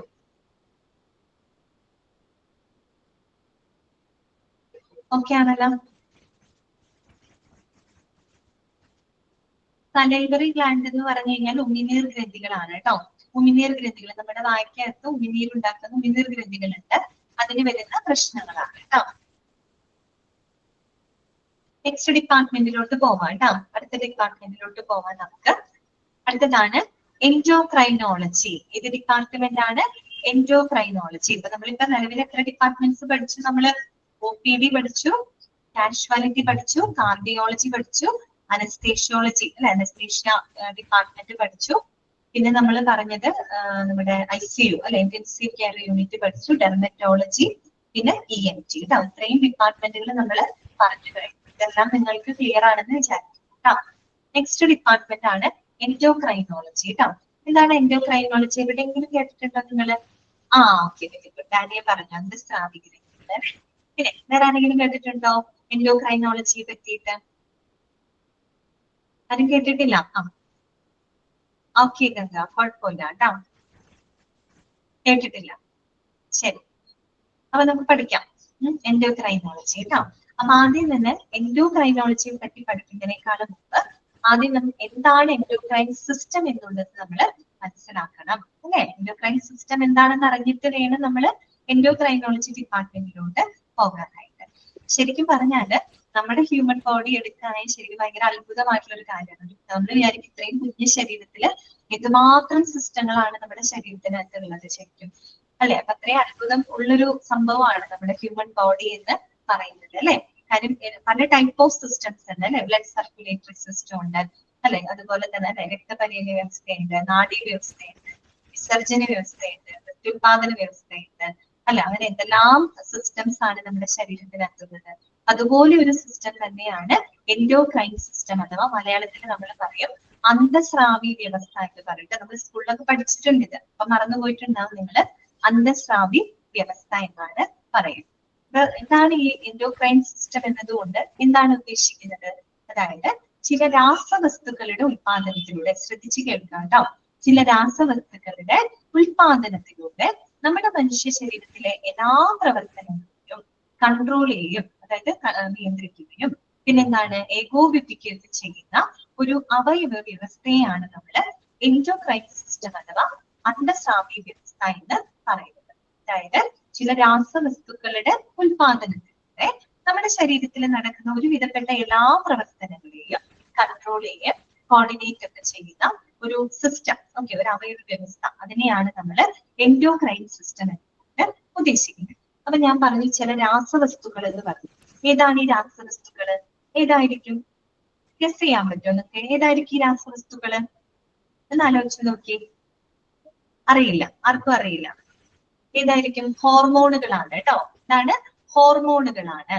ഓക്കെ, അതായത് ചില ഹോർമോണുകളുടെ ഉൽപാദനത്തിലൂടെ അല്ലെ, ഹോർമോണുകളുടെ ഉൽപാദനത്തിലൂടെ നമ്മുടെ ശരീരത്തിലുള്ള പ്രവർത്തനങ്ങളെ ഏകോപിപ്പിക്കുകയും നിയന്ത്രിക്കുകയും ചെയ്യുന്ന ഒരു അവയവ വ്യവസ്ഥയാണ് നമ്മൾ എൻഡോക്രൈൻ സിസ്റ്റം അഥവാ അന്തസ്രാവി വ്യവസ്ഥ എന്ന് പറയുന്നത്. ക്ലിയർ ആയോ? ഓക്കെ, അപ്പൊ നമുക്കറിയാം ഹോർമോണുകളാണ് അല്ലെ. ഹോർമോണുകളെ പറ്റി മിക്കപ്പോഴും നമ്മൾ കേട്ടിട്ടുണ്ടാവും അല്ലെ. ഈ ഹോർമോണുകളുടെ വ്യതിയാനം കൊണ്ട് ചില ഹോർമോണുകൾ കൂടിപ്പോയാലും കുറഞ്ഞു പോയാലും ഒക്കെ നമുക്ക് ഒരുപാട് തരത്തിലുള്ള അസുഖങ്ങൾ നമുക്ക് ഉണ്ടാവാറുണ്ട് അല്ലെ. ഇപ്പൊ നമുക്കറിയാം നമുക്കിപ്പോ ഒരാളായിട്ട് കമ്മ്യൂണിക്കേറ്റ് ചെയ്യണമെങ്കിൽ അല്ലെ, ഇപ്പൊ നമുക്ക് ഒരാളായിട്ട് കമ്മ്യൂണിക്കേറ്റ് ചെയ്യണമെങ്കിൽ ഒന്നിനെയും നമ്മൾ എന്ത് ചെയ്യും? നമ്മൾ നമ്മുടെ ശബ്ദം ഉപയോഗിക്കും, നമ്മുടെ സൗണ്ട് ഉപയോഗിക്കും, അല്ലെങ്കിൽ നമ്മൾ ആംഗ്യ ഭാഷ ഉപയോഗിക്കും, അങ്ങനെയാണല്ലോ. എന്നതുപോലെ നമ്മുടെ മനുഷ്യ ശരീരത്തിലെ കോശങ്ങൾക്ക്, നമ്മുടെ മനുഷ്യ ശരീരത്തിലുള്ള കോശങ്ങൾക്ക് പരസ്പരം കമ്മ്യൂണിക്കേറ്റ് ചെയ്യാനായിട്ട് ആരാവശ്യമാണ്? ഹോർമോണുകൾ ആവശ്യമാണ് അല്ലെ. അതായത് നമ്മുടെ ശരീരത്തിനകത്ത് ഒരുപാട് കോശങ്ങളുണ്ട് അല്ലെ. മനുഷ്യ കോശങ്ങൾക്ക് പരസ്പരം കമ്മ്യൂണിക്കേറ്റ് ചെയ്യാനായിട്ട് ചില രാസവസ്തുക്കൾ ആവശ്യമാണ്. അതിനെയാണ് നമ്മൾ എന്ത് പറയുന്നത്? ഹോർമോൺസ് എന്ന് പറയുന്നത്. അപ്പൊ ഹോർമോണുകൾ എന്ന് പറയുന്നത് എന്ത് തന്നെയാണ്? ചില രാസവസ്തുക്കളാണ് അല്ലെ. അപ്പൊ ഇത്തരം ഹോർമോണുകളുടെ ഉത്പാദനത്തിലൂടെ നമ്മുടെ മനുഷ്യ ശരീരത്തിലുള്ള എല്ലാ പ്രവർത്തനങ്ങളെയും കൺട്രോൾ ചെയ്യുകയും കോർഡിനേറ്റ് ചെയ്യുകയും ചെയ്യുന്ന ആ ഒരു സിസ്റ്റത്തിനെയാണ് നമ്മൾ എൻഡോക്രൈൻ സിസ്റ്റം അഥവാ അന്തസ്രാവി വ്യവസ്ഥ എന്ന് പറയുന്നത്. അപ്പോ ഒരു പ്രത്യേകത, ഈ ഹോർമോണുകൾ എന്ന് പറയുന്നത് ഓരോ ലക്ഷ്യസ്ഥാനത്തോട്ട് എത്തുന്നത് എങ്ങനെയാണ്? നമ്മുടെ ശരീരത്തിൽ ഈ പറയുന്ന ബ്ലഡിലൂടെ ആയിരിക്കും അല്ലെ. ഈ ഹോർമോണുകൾ ഉത്പാദിപ്പിക്കുന്ന ഗ്രന്ഥികളുണ്ട്, അവരെയാണ് നമ്മൾ എൻഡോക്രൈൻ ഗ്ലാൻഡ് അഥവാ അന്തസ്രാവി ഗ്രന്ഥികൾ എന്ന് പറയുന്നത് കേട്ടോ. ഹോർമോണുകൾ ഉത്പാദിപ്പിക്കുന്ന ആ ഗ്രന്ഥികളെ നമ്മൾ എന്താ പറയാ? എൻഡോക്രൈൻ ഗ്ലാൻഡ്സ് എന്നാണ് പറയാ, അന്തസ്രാവി ഗ്രന്ഥികൾ എന്നാണ് പറയാ. അപ്പൊ ഈ ഗ്രന്ഥികൾ ഉത്പാദിപ്പിക്കുന്ന ഹോർമോണുകള് നമ്മുടെ ശരീരത്തിൽ ബ്ലഡിലൂടെ എന്താണ് അതിന്റെ ലക്ഷ്യസ്ഥാനത്ത്, അതിന്റെ പ്രവർത്തന സ്ഥലത്തേക്ക് എത്തുന്നു. അങ്ങനെയാണ്. ഇപ്പൊ ശരിക്കും പറഞ്ഞാല് ഹോർമോണുകൾ ചിലപ്പോൾ ഉത്പാദിപ്പിക്കുന്ന സ്ഥലത്ത് തന്നെ ആയിരിക്കില്ല അതിന്റെ ഫംഗ്ഷൻ നടക്കുന്നത്. ചിലപ്പോ ഒരു മസ്തിഷ്കത്തിന് പ്രൊഡ്യൂസ് ചെയ്യുന്ന ഒരു ഹോർമോൺ ആണെങ്കിൽ അതിന്റെ ഫംഗ്ഷൻ ചിലപ്പോൾ നടക്കുന്നത് കിഡ്നിയുടെ അവിടെയായിരിക്കും മനസ്സിലായോ? അപ്പൊ ഈ ഹോർമോണുകൾ ഉത്പാദിപ്പിക്കുന്ന സ്ഥലത്ത് തന്നെ ആയിരിക്കണം എന്ന് നിർബന്ധമില്ല ഇതിന്റെ ഫംഗ്ഷൻ. അപ്പൊ ഈ ഉത്പാദിപ്പിക്കപ്പെടുന്ന ഹോർമോണുകൾ അതിന്റെ പ്രവർത്തന സ്ഥലത്തോട്ട് എത്തുന്നത് എങ്ങനെയാണ്? അത് ബ്ലഡിലൂടെയാണ്. ഓക്കെ, ഇത്രയൊരു ഐഡിയ നിങ്ങൾക്ക് ഉണ്ടായാൽ മതി. ഇത് എന്താണെന്നൊന്നും നിങ്ങളോട് ചോദിക്കില്ല കേട്ടോ. ഇതിൽ വിട്ട ഒരു ചോദ്യങ്ങൾ നിങ്ങളോട് ചോദിക്കില്ല. എന്നിരുന്നാലും എൻഡോക്രൈൻ സിസ്റ്റം എന്താണെന്നുള്ളൊരു ഐഡിയ നിങ്ങൾക്ക് ഉണ്ടായിരിക്കണം. കാര്യം മനസ്സിലായല്ലോ? ഹോർമോണുകളുടെ ഉത്പാദനത്തിലൂടെ നമ്മുടെ മനുഷ്യ ശരീരത്തിലെ ഒട്ടുമിക്ക പ്രവർത്തനങ്ങളെയും കൺട്രോൾ ചെയ്യുകയും കോർഡിനേറ്റ് ചെയ്യുകയും ചെയ്യുന്ന ഒരു സിസ്റ്റത്തിനെയാണ്, ഒരു അവയവ വ്യവസ്ഥയാണ് നമ്മൾ എൻഡോക്രൈൻ സിസ്റ്റം അഥവാ എൻഡോക്രൈൻ സിസ്റ്റം അഥവാ അന്തസ്രാവി വ്യവസ്ഥ എന്ന് പറയുന്നത് കേട്ടോ. അപ്പൊ അതിലുൾപ്പെടുന്ന ഗ്രന്ഥികളുണ്ട്, അതിലുൾപ്പെടുന്ന ഹോർമോണുകൾ ഉത്പാദിപ്പിക്കുന്ന ഗ്രന്ഥികളുണ്ട്. അതിന് നമ്മൾ എൻഡോക്രൈൻ ഗ്ലാൻഡ് എന്നാണ് പറയുക കേട്ടോ. അന്തസ്രാവി ഗ്രന്ഥികൾ എന്നാണ് നമ്മൾ ഇതിനെ പറയുന്നത്. ഓക്കെ, മനസ്സിലായല്ലോ? അതാണ് നമ്മുടെ എൻഡോക്രൈൻ സിസ്റ്റം. ഇത്രയും ക്ലിയർ ആണല്ലോ നിങ്ങൾക്ക്? ഓക്കെ ആണല്ലോ? അപ്പൊ അത് മനസ്സിലായി കഴിഞ്ഞാൽ പിന്നെ നമുക്ക് എൻഡോക്രൈനോളജി എന്താണെന്ന് ഈസി ആയിട്ട് പറയാൻ പറ്റും. ഓക്കെ, വായിക്കാം, നോട്ട് ചെയ്ത് വെക്കാം.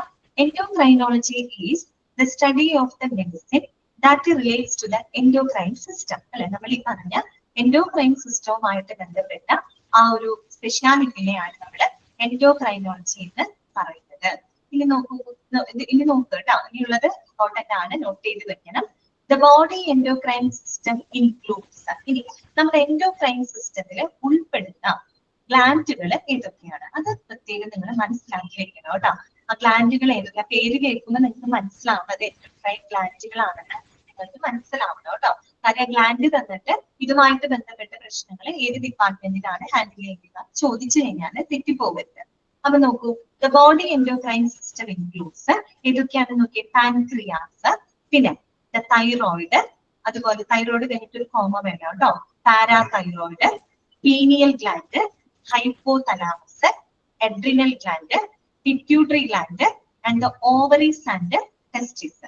ഏതൊക്കെ ഭാഗങ്ങളാണ്, ഏതൊക്കെ ഗ്രന്ഥികളാണ് വരുന്നത് നോക്കിക്കേ. ഒന്ന് പാൻക്രിയാസ്, ആഗ്നേയ ഗ്രന്ഥി എന്ന് പറയും. പിന്നെ തൈറോയിഡ് അല്ലെ, thyroid, parathyroid, pineal gland, hypothalamus, adrenal gland, pituitary gland, പീയൂഷ ഗ്രന്ഥി എന്ന് പറയും കേട്ടോ. പിറ്റ്യൂട്ടറി ഗ്ലാൻഡിനെയാണ് നമ്മൾ പീയൂഷ ഗ്രന്ഥി എന്ന് പറയുന്നത്. പിന്നെ ഓവറിസ് ആൻഡ് ടെസ്റ്റിസ്. സ്ത്രീകളിലാണെങ്കിൽ ഓവറിസ് അണ്ടാശയം, പുരുഷന്മാരിലാണെങ്കിൽ ടെസ്റ്റിസ് എന്ന് പറഞ്ഞു കഴിഞ്ഞാൽ വൃഷണങ്ങള്. അപ്പൊ നിങ്ങൾക്ക് പെട്ടെന്ന് ഇത് പറയുമ്പോൾ മനസ്സിലാവില്ല. ഒരു കാര്യം ചെയ്യാൻ ഞാനൊരു പിക്ചർ കാണിച്ചു തരാം കേട്ടോ. പിക്ചർ ഒന്ന് നിങ്ങൾക്ക് ശ്രദ്ധിക്കാം. പിക്ചർ ആവുമ്പോൾ നിങ്ങളുടെ മനസ്സിൽ പെട്ടെന്ന് വയ്ക്കും.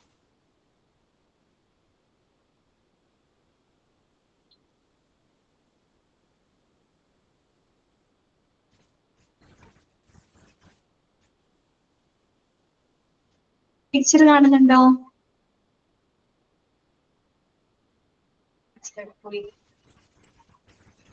കാണത്തില്ലേ? അപ്പൊ നോക്കിയേ, ഈ പിക്ചർ ഒന്ന് ശ്രദ്ധിച്ചേ നിങ്ങള്. അതിനകത്ത് നമ്മൾ ഈ പറയുന്ന എല്ലാ ഗ്ലാൻഡുകളും അതിനകത്തുണ്ട് കേട്ടോ. ഏതൊക്കെയാ നോക്കിയേ. ഫസ്റ്റ് പറഞ്ഞത് ഏതാ? നമ്മള് പാൻക്രിയാസ് അല്ലെ. ഇതാണ് പാൻക്രിയാസ്. നോക്കിയേ, പാൻക്രിയാസ് എവിടെയാണ് നോക്കിയേ. നമ്മുടെ കണ്ടോ, ഇവിടെ നമ്മുടെ സ്റ്റൊമക്ക്, നമ്മുടെ ആമാശയം ഉണ്ടല്ലോ. ഏകദേശം ഇവിടെയാണ് നമ്മുടെ ആമാശയം. ഇതാണ് ആമാശയം. ആമാശയത്തിന്റെ തൊട്ട് താഴെയായിട്ട് കാണപ്പെടുന്നത് ഇവിടെ ഒരു പിങ്ക് കളർ കണ്ടോ, ഇത് ആമാശയമാണ് കേട്ടോ. ഈ ആമാശയത്തിന്റെ തൊട്ട് താഴെയായിട്ട് കാണപ്പെടുന്ന ഒരു ഗ്ലാൻഡ് ആണ് പാൻക്രിയാസ്. ചിത്രം നോക്കുക കേട്ടോ. ചിത്രം ഉണ്ടാവുമ്പോൾ നിങ്ങളുടെ മനസ്സിലെ പിക്ചർ നോക്കുക, മനസ്സിൽ നിൽക്കും.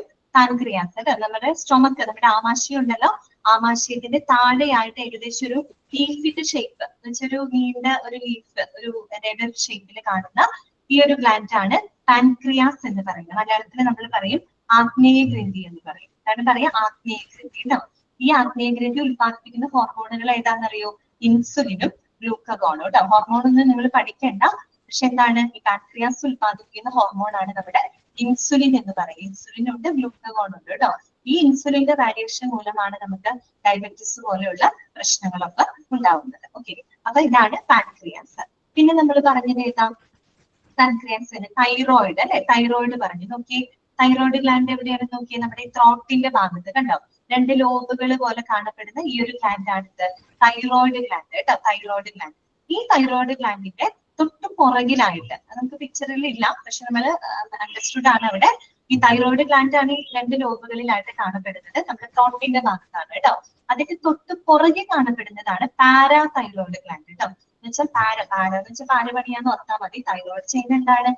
തൈറോയിഡ് ചെയ്യുന്ന പ്രവർത്തനങ്ങൾ മുഴുവൻ വെക്കലാണ് പാരാതൈറോയിഡിന്റെ പണി എന്ന് വെച്ചാൽ തൈറോയിഡ് എന്താണോ ചെയ്യുന്നത് അതിന് നേരെ വിപരീതം ചെയ്യുന്ന ആളാണ് പാരാതൈറോയിഡ് ഗ്ലാൻഡ് ആണ്. ഈ തൈറോയിഡിന്റെ തൊട്ട് പുറകിലായിട്ടാണ് കാണപ്പെടുന്നത്. നിങ്ങൾ ആ പിക്ചർ നോക്കുക, ഏകദേശം നമ്മുടെ ത്രോട്ടിന്റെ ഭാഗത്തായിട്ടാണ് ഇത് വരുന്നത്, തൈറോയിഡ് പാരാതൈറോയിഡ്. പിന്നെ നമ്മൾ പറഞ്ഞത് ഹൈപ്പോ തലാമസ് അല്ലെ. ഹൈപ്പോ തലാമസ് എവിടെയാന്ന് നോക്കി, നമ്മുടെ മസ്തിഷ്കത്തിൽ അല്ലെ, നമ്മുടെ ആ ഒരു ബ്രെയിനിന്റെ ഭാഗത്ത് കാണപ്പെടുന്ന ഭാഗമാണ് ഹൈപ്പോ തലാമസ്.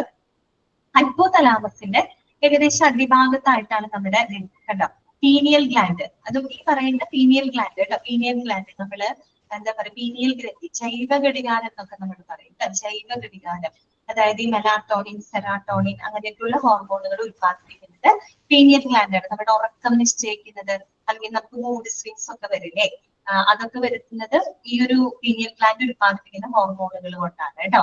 നമ്മൾ ഇതിന് കറക്റ്റ് സമയത്ത് നമ്മളൊരു 10 മണിക്ക് കിടന്നുറങ്ങുന്ന ആളാണെങ്കിൽ നമുക്ക് പിന്നെ സമയമൊന്നും നോക്കണ്ട, ഓട്ടോമാറ്റിക് 10 മണിയാകുമ്പോൾ നമ്മൾ തന്നെ ഉറക്കം വരും നമുക്ക് അല്ലെ. അതൊക്കെ ഈ ഹോർമോണുകളുടെ പ്രത്യേകത കൊണ്ടാണ് കേട്ടോ. പക്ഷെ നമ്മുടെ ബോഡി സിസ്റ്റം അങ്ങനെയാണ് അതിന് ഇതാക്കിയിരിക്കുന്നത് കേട്ടോ, പീനിയൽ ഗ്ലാൻഡ് കേട്ടോ. പിന്നെ പിറ്റ്യൂട്ടറി ഗ്ലാൻഡ്, പീയൂഷ ഗ്രന്ഥി കേട്ടിട്ടുണ്ടോ, പീയൂഷ ഗ്രന്ഥികൾ അല്ലെ.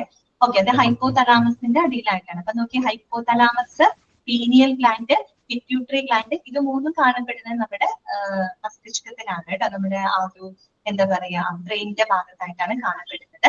തൈറോയ്ഡ് ഗ്ലാൻഡ് എവിടെയാന്ന് നോക്കി, നമ്മുടെ ത്രോട്ടിന്റെ ഭാഗത്താണ്, തൊട്ടു പുറകെ ആയിട്ടാണ് പാരാതൈറോയ്ഡ് ഗ്ലാൻഡ് ഇരിക്കുന്നത്. പിന്നെ നമ്മുടെ സ്tomachന്റെ അതായത് ആമാശയത്തിന്റെ തൊട്ട് താഴെയായിട്ടാണ് പാൻക്രിയാസ് കാണപ്പെടുന്നത് കേട്ടോ.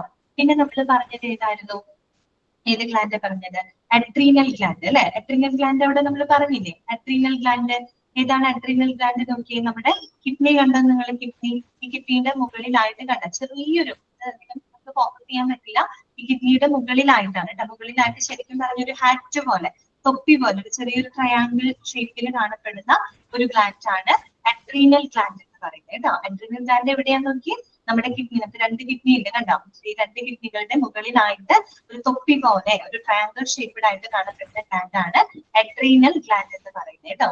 പിന്നെ നമ്മൾ പറഞ്ഞ ഏതാണ്, ടെസ്റ്റിസ് ആൻഡ് ഓവറീസ്. ഇതിപ്പോ ഒരു ഫീമെയിൽസിലാണെങ്കിലും ഓവറീസ് അല്ലെ, സ്ത്രീകളിലാണെങ്കിൽ അണ്ഡാശയം അറിയാലോ, ഓവറീസ്. പുരുഷന്മാരിലാണെങ്കിൽ ടെസ്റ്റിസ് ആണ്, ടെസ്റ്റിസ് ആണ് കേട്ടോ, വൃഷണങ്ങൾ എന്ന് പറയും. ഇത്രയും ഭാഗങ്ങളാണ് എന്ത്, എൻഡോക്രൈൻ എന്താ പറയുക സിസ്റ്റത്തിനകത്ത് വരുന്നത്. ഇതൊക്കെയാണ് എൻഡോക്രൈൻ ഗ്ലാൻഡുകൾ. ഓക്കെ ആണോ, നിങ്ങൾക്ക് ഇപ്പൊ കുറച്ചൊരു ഐഡിയ ആയോ ഏതൊക്കെയാണ്, hypo thalamus, pineal gland, pituitary, ഇത് മൂന്നും നമ്മുടെ തലയിലാണ് കേട്ടോ. പിന്നെ നമ്മുടെ ത്രോട്ടിന്റെ ഭാഗത്താണെങ്കിൽ തൈറോയിഡ് ഗ്ലാൻഡ് ഉണ്ട്, പാരാതൈറോയിഡ് ഗ്ലാൻഡ് ഉണ്ട്, പിന്നെ തൈമസ് ഉണ്ട് കേട്ടോ. തൈമസ് വരുന്നുണ്ട്, പക്ഷെ അതിന്റെ ടെക്സ്റ്റിനകത്ത് കൊടുത്തിട്ടില്ല, അത് വേണ്ട, അത് പഠിക്കണ്ട. തൈമസ് എന്ന് പറഞ്ഞാൽ ശരിക്കും അതൊരു നമ്മുടെ മാറലിന്റെ ഭാഗത്തായിട്ട്, നമ്മുടെ മാറല് സ്റ്റൈഡ് എന്നൊക്കെ പറയും, മാറലിന്റെ ഭാഗത്തായിട്ട് കാണപ്പെടുന്നതാണ്. പക്ഷെ അത് എന്താണ് യുവത്വ ഗ്രന്ഥി എന്നാണ് പറയുന്നത്. ഒരു ചെറുപ്പകാലത്ത് മാത്രമേ ഉണ്ടാവുള്ളൂ, പിന്നെ നമ്മൾ വലുതാവുന്നതിനനുസരിച്ച് ആ ഗ്ലാൻഡിന്റെ പ്രവർത്തനം അവിടെ തലച്ചു പോകും. പഠിക്കേണ്ട, നമ്മുടെ ടെക്സ്റ്റിൽ ഇല്ലാത്തതാണ്, അതൊന്നും പറയുന്നില്ല കേട്ടോ. പാൻക്രിയാസ് എന്ന് പറയുമ്പോൾ സ്റ്റൊമക്കിന്റെ താഴെയായിട്ട് കാണപ്പെടുന്ന ഒരു ലീഫ് പോലുള്ള സ്ട്രക്ചർ ആണ്. അഡ്രീനൽ ഗ്ലാൻഡ് എന്ന് പറഞ്ഞാൽ നമ്മുടെ കിഡ്നി ഉണ്ടല്ലോ, അതിന്റെ മുകളിലായിട്ട് ഒരു തൊപ്പിയുടെ ഷേപ്പിൽ ഒരു ട്രയാങ്കിൾ പോലെയാണ് ഇരിക്കുന്നത്, ആ ഒരു ഗ്ലാൻഡ് ആണ്. പുരുഷന്മാരില് ടെസ്റ്റിസും സ്ത്രീകളില് ഓവറീസും. ഓക്കെ ആണോ, ഓക്കെ അല്ലേ.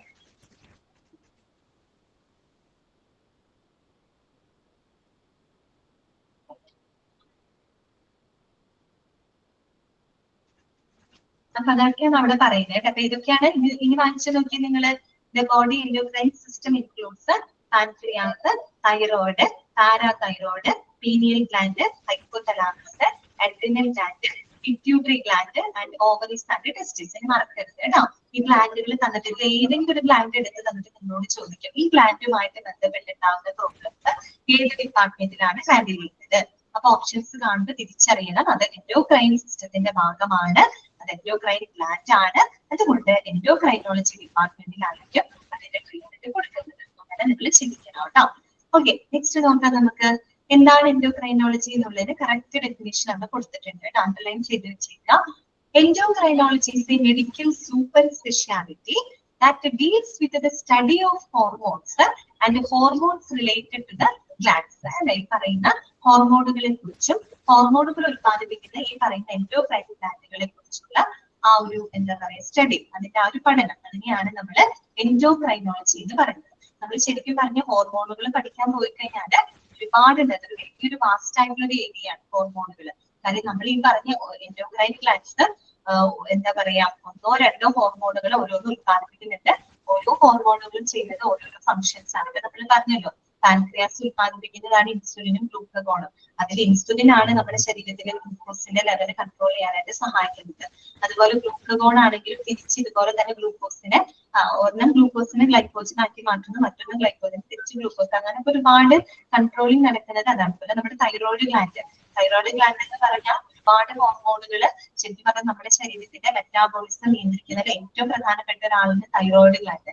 ഈ തൈറോയിഡ് ഗ്ലാൻഡിന് എന്തെങ്കിലും ബുദ്ധിമുട്ട് വന്നു കഴിഞ്ഞാൽ ഒരുപാട് പ്രശ്നങ്ങൾ നമുക്ക് വരും. പ്രത്യേകിച്ച് തൈറോക്സിൻ എന്ന് പറയുന്ന ഹോർമോൺ ഉത്പാദിപ്പിക്കുന്ന ഗ്ലാൻഡാണ് തൈറോയിഡ് ഗ്ലാൻഡ്. നിങ്ങൾ കേട്ടിട്ടുണ്ടാവും. ആ ഒരു തൈറോക്സിന്റെ അറ്റിക്കുറച്ചിന്റെ മൂലമാണ് ഹൈപ്പോ തൈറോയിഡിസം, ഹൈപ്പർ തൈറോയിഡിസം, തൈറോയിഡിലൊക്കെ കഴിക്കുന്ന ആളുകളൊക്കെ ഉണ്ടായിരിക്കും അല്ലെ. ഒരുപാട് പ്രോബ്ലംസ് അതുമൂലം ഉണ്ടാവാറുണ്ട് കേട്ടോ. ഓക്കെ, അങ്ങനെ എല്ലാത്തിനും പറയുകയാണെങ്കിൽ ഒരുപാടുണ്ട്, അതൊന്നും നമുക്ക് പഠിക്കേണ്ട ആവശ്യമില്ല കേട്ടോ. നിങ്ങൾ ഗ്ലാൻഡുകൾ എന്തായാലും മനസ്സിലാക്കി വെക്കാം. ഇനി നോക്കാം, they work closely with the specialist in ophthalmology, radiation oncology, surgery obstetrics, transplantation and other specialty areas to provide a multidisciplinary approach to a person's medical problems including എന്ന് പറഞ്ഞു കൊടുത്തിട്ടുണ്ട്. അതായത് സാധാരണ നമ്മൾ ഈ എൻഡോക്രൈനോളജി ഡിപ്പാർട്ട്മെന്റ് എടുക്കുകയാണെങ്കിൽ ആ ഒരു ഡിപ്പാർട്ട്മെന്റ് മറ്റു പല ഡിപ്പാർട്ട്മെന്റുകളുമായിട്ടും എന്ത് ചെയ്തിട്ടാണ്, കണക്റ്റഡ് ആണ്. ഓക്കെ, എൻഡോക്രൈനോളജി എന്ന് പറയുന്ന ആ ഒരു വിഭാഗം മറ്റു പല ഡിപ്പാർട്ട്മെന്റുകളുമായിട്ടും എന്താണ്, കണക്റ്റഡ് ആണ്, റിലേറ്റഡ് ആണെന്നാണ് അവിടെ പറയുന്നത്. നോക്കിക്കേ, they work closely with the specialist in ophthalmology അല്ലെ. ഒഫ്താൽമോളജി എന്തുമായിട്ട് ബന്ധപ്പെട്ട വിഭാഗമാണ്, കണ്ണുമായിട്ട് ബന്ധപ്പെട്ട വിഭാഗമാണ് അല്ലെ. എങ്ങനെയാണ് അവിടെ കണക്ഷൻ? നിങ്ങൾ കേട്ടിട്ടുണ്ട് ഡയബറ്റിക് റെറ്റിനോപ്പതി എന്നൊക്കെ കേട്ടത്. നമുക്ക് ഈ പ്രമേഹമുള്ള ആളുകൾക്ക് ഈ പറയുന്ന കണ്ണ് സംബന്ധമായിട്ട് ഒരുപാട് ഇഷ്യൂസ് ഉണ്ടാവാം, പ്രത്യേകിച്ച് ഡയബറ്റിക് ആയിട്ടുള്ള പേഷ്യൻസിന്. അപ്പൊ ഡയബറ്റിക് റെറ്റിനോപ്പതി എന്ന് പറയുമ്പോൾ റെറ്റിനോ എന്ന് പറയുമ്പോൾ കണ്ണുമാണ്. അപ്പൊ അത് കണ്ണ് ഒഫ്താൽമോളജി ആയിട്ട് കണക്ഷൻ ഉണ്ട്. ഈ ഒരു കണ്ണിന് പ്രോബ്ലം വരുന്നത് ഡയബറ്റിക് മൂലമാണ്. ഡയബറ്റിക് ഉണ്ടാവാൻ കാരണം ഇൻസുലിൻ എന്ന് പറയുന്ന ഹോർമോണിന്റെ വ്യതിയാനം കൊണ്ടാണ്. ആ ഇൻസുലിൻ എന്ന് പറയുന്ന ഹോർമോൺ ഉത്പാദിപ്പിക്കുന്ന പാൻക്രിയാസ് ആണ്. ഈ പാൻക്രിയാസ് എന്ന് പറയുന്ന ആള് എൻഡോക്രൈൻ സിസ്റ്റത്തിന്റെ ഭാഗമാണ് ആണല്ലോ. അപ്പൊ നോക്കി ഇങ്ങനെ കണക്ഷൻ വരുന്നില്ല. എൻഡോക്രൈനോളജി എന്ന് പറയുന്ന വിഭാഗത്തിന് ഒഫ്താൽമോളജി ആയിട്ടൊക്കെ കണക്ഷൻ വരുന്നുണ്ട്. അതുപോലെ തന്നെ റേഡിയേഷൻ ഓങ്കോളജി അല്ലെ. ഓങ്കോളജി എന്ന് പറയുമ്പോൾ നമുക്കറിയാം ക്യാൻസറുമായിട്ട് ബന്ധപ്പെട്ട വിഭാഗമാണ്. തൈറോയ്ഡ് ക്യാൻസർ വരെയാണ്. തൈറോയ്ഡ് സംബന്ധമായിട്ട് ഈ പറയുന്ന ഏതെങ്കിലും എൻഡോക്രൈൻ ഗ്ലാൻഡ്സിന് ക്യാൻസർ വന്നു കഴിഞ്ഞാൽ ക്യാൻസർ എന്ന് പറയുന്ന ഓങ്കോളജി ഡിപ്പാർട്ട്മെന്റുമായിട്ട് ബന്ധം വരും. ആ ക്യാൻസർ വന്ന ആ ഒരു എൻഡോക്രൈൻ ഗ്ലാൻഡ് വരുന്നത് അല്ലെ ഈ എൻഡോക്രൈനോളജി ഡിപ്പാർട്ട്മെന്റുമായിട്ടും കണക്ഷൻ വരും. അതുപോലെ തന്നെ സർജറി ഒബ്സ്ട്രക്റ്റിക്സ് നമ്മൾ പറഞ്ഞിരുന്നു. ഈ പറയുന്ന പ്രസവ സംബന്ധമായിട്ടുള്ള അല്ലെങ്കിൽ എന്താ പറയാ pregnancy, child birth, post partum period അങ്ങനെയുള്ള പ്രശ്നങ്ങളൊക്കെ കൈകാര്യം ചെയ്യുന്ന ഒരു വിഭാഗമാണ് ഒബ്സ്ട്രക്റ്റിക്സ്. സ്വാഭാവികമായിട്ടും നമ്മുടെ സ്ത്രീകളെ സംബന്ധിച്ചറിയാൻ ഓവറീസ് ഒക്കെ ആയിട്ട് കണക്ഷൻ വരില്ലേ. ഓവറീസ് എന്ന് പറയുന്നത് എന്തിന്റെ ഭാഗമാണ്, എൻഡോക്രൈൻ ഗ്ലാൻഡ് ആണ്, എൻഡോക്രൈൻ സിസ്റ്റത്തിന്റെ ഭാഗമാണ്. സ്വാഭാവികമായിട്ട് അതിന് ഒബ്സ്ട്രക്റ്റിക്സുമായിട്ട് അവിടെ കണക്ഷൻ വരുന്നുണ്ട്. അതുപോലെ ട്രാൻസ്പ്ലാന്റേഷനും അങ്ങനെ തന്നെയാണ് അല്ലെ. ഇപ്പൊ നമുക്ക് ഈ പറയുന്ന എന്താ പറയാ പാൻക്രിയാസ് ഒക്കെ അല്ലെങ്കിൽ ഇപ്പൊ ഡയബറ്റിക് ഒക്കെ ഒരു തരത്തിൽ നമുക്ക് അൺകൺട്രോൾഡ് ആയിട്ടുള്ള ഒരു ലെവലിലേക്കൊക്കെ വന്നു കഴിഞ്ഞാൽ നമുക്ക് പാൻക്രിയാസ് ഒക്കെ ട്രാൻസ്പ്ലാന്റ് ചെയ്യേണ്ടതായിട്ട് വരും. അപ്പൊ ട്രാൻസ്പ്ലാന്റേഷൻ വിഭാഗമായിട്ട് കണക്ഷൻ വരുന്നുണ്ട്. ശരിക്കും പറഞ്ഞാൽ നിങ്ങൾ മനസ്സിലാക്കാൻ എൻഡോക്രൈനോളജി എന്ന് പറയുന്ന വിഭാഗത്തിന് മറ്റു പല ഹോസ്പിറ്റൽ വിഭാഗങ്ങളുമായിട്ട് എന്ത് വരുന്നുണ്ട്, കണക്ഷൻ വരുന്നുണ്ട്. അല്ലെങ്കിൽ അത് പരസ്പരം എന്താണ്, ഇന്റർ കണക്റ്റഡ് ആണ്. അപ്പൊ ആ ഒരു രീതിയിൽ ഒരു മൾട്ടി ഡിസിപ്ലിനറി ആയിട്ടുള്ള ഒരു അപ്രോച്ച് ആണ് ആര് പ്രൊവൈഡ് ചെയ്യുന്നത്, endocrine system, endocrinology department provide ചെയ്യുന്നത്. എന്താണ് മൾട്ടി ഡിസിപ്ലിനറി അപ്രോച്ച് എന്ന് വെച്ചാൽ വളരെ വൈവിധ്യമാർന്നിട്ടുള്ള വെച്ചാൽ മറ്റു പല ഡിപ്പാർട്ട്മെന്റുകളുമായിട്ട് കൊളാബറേറ്റ് ചെയ്തുകൊണ്ട് കോർഡിനേറ്റ് ചെയ്തുകൊണ്ടാണ് അവര് പല വിധത്തിലുള്ള ട്രീറ്റ്മെന്റുകൾ അല്ലെങ്കിൽ ഹെൽത്ത് സർവീസുകൾ പ്രൊവൈഡ് ചെയ്യുന്നത്. അതുകൊണ്ടാണ് അവരങ്ങനെ പറയുന്നത് കേട്ടോ. Okay, they work closely with the specialist in ophthalmology, radiation oncology, surgery obstetrics, transplantation and other specialty areas to provide a multidisciplinary approach to a person's medical problems. കേട്ടോ. അപ്പൊ ഒരു പേഷ്യന്റിനെ സംബന്ധിച്ച് അവരുടെ മെഡിക്കൽ പ്രോബ്ലംസിനായിട്ട് വളരെ വൈവിധ്യമാർന്നിട്ടുള്ള ഒരു അപ്രോച്ചാണ് അവര് മുന്നോട്ട് വെക്കുന്നത്. എന്തൊക്കെ പ്രോബ്ലംസുകളാണ് വീണ്ടും ലിസ്റ്റ് ഔട്ട് ചെയ്യുന്നത് അല്ലെ. എന്തൊക്കെ പ്രോബ്ലംസിനുള്ള പരിചരണങ്ങൾ, ട്രീറ്റ്മെന്റുകൾ ഈ ഒരു എൻഡോക്രൈനോളജി ഡിപ്പാർട്ട്മെന്റ് പ്രൊവൈഡ് ചെയ്യുന്നുണ്ട്. എന്തൊക്കെ സർവീസുകളാണ് നോക്കാം. ഫസ്റ്റ് വൺ ഡയബറ്റീസ് അല്ലെ. ഡയബറ്റീസ് നമുക്കറിയാലോ പ്രമേഹമാണ്. നമുക്കറിയാം ഇൻസുലിന്റെ വാരിയേഷൻ കൊണ്ട് വരുന്നൊരു അവസ്ഥയാണ് ഡയബറ്റീസ് അല്ലെ.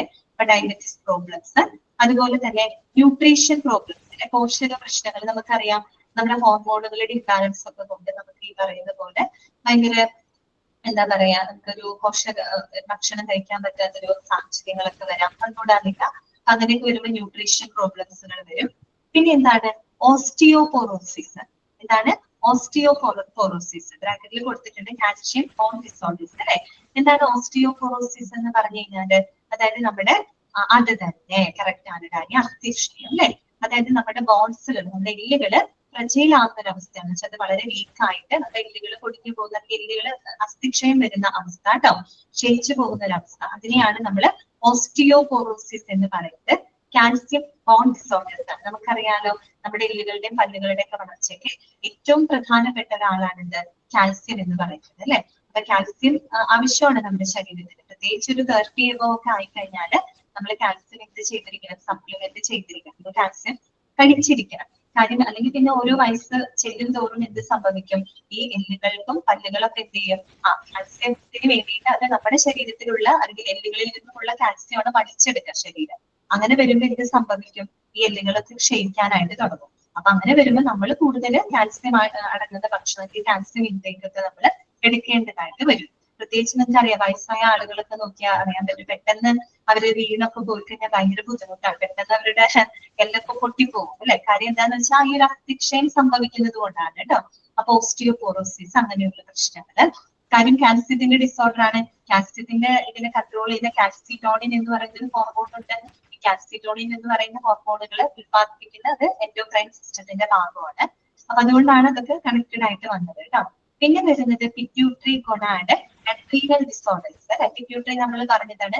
ഗൊണാഡ് എന്ന് പറഞ്ഞു കഴിഞ്ഞാൽ നമ്മുടെ ഈ പറയുന്ന ടെസ്റ്റിസും ഓവറീസും ഒക്കെയാണ് കേട്ടോ. അതായത് നമ്മുടെ സെക്ഷൽ ഓർഗൻസിനെയാണ് ഗൊണാഡ്സ് എന്നതുകൊണ്ട് ഉദ്ദേശിക്കുന്നത് കേട്ടോ. പ്രത്യേകിച്ച് ഓവറീസും ടെസ്റ്റിസും ഒക്കെയാണ്. പിന്നെ അഡ്രീനൽ ഡിസോർഡേഴ്സ്, തൈറോയിഡ് ഡിസോർഡേഴ്സ് നമുക്ക് അറിയാവുന്നതാണ്. പിന്നെ എന്താണ് ട്രാൻസ്ജെൻഡർ ആൻഡ് ഇന്റർസെക്സ് മെഡിസിൻ അല്ലെ. ട്രാൻസ്ജെൻഡർ ആൻഡ് ഇന്റർസെക്സ് മെഡിസിൻ അറിയാലോ. ട്രാൻസ്ജെൻഡർ അല്ലെങ്കിൽ അങ്ങനത്തെ പ്രോബ്ലംസ് ഒക്കെ ഈ ഹോർമോണിന്റെ ഇംബാലൻസ് കൊണ്ട് വരുന്ന പ്രശ്നങ്ങളാണ് അല്ലെ. അപ്പൊ അതൊക്കെ എവിടെയായിരിക്കും കൈകാര്യം ചെയ്യുന്നുണ്ടാവുക, എൻഡോക്രൈൻ. കാരണം ഹോർമോണിന്റെ വ്യതിയാനം കൊണ്ടാണ് അങ്ങനെയുള്ള പ്രശ്നങ്ങളൊക്കെ വരുന്നത് കേട്ടോ.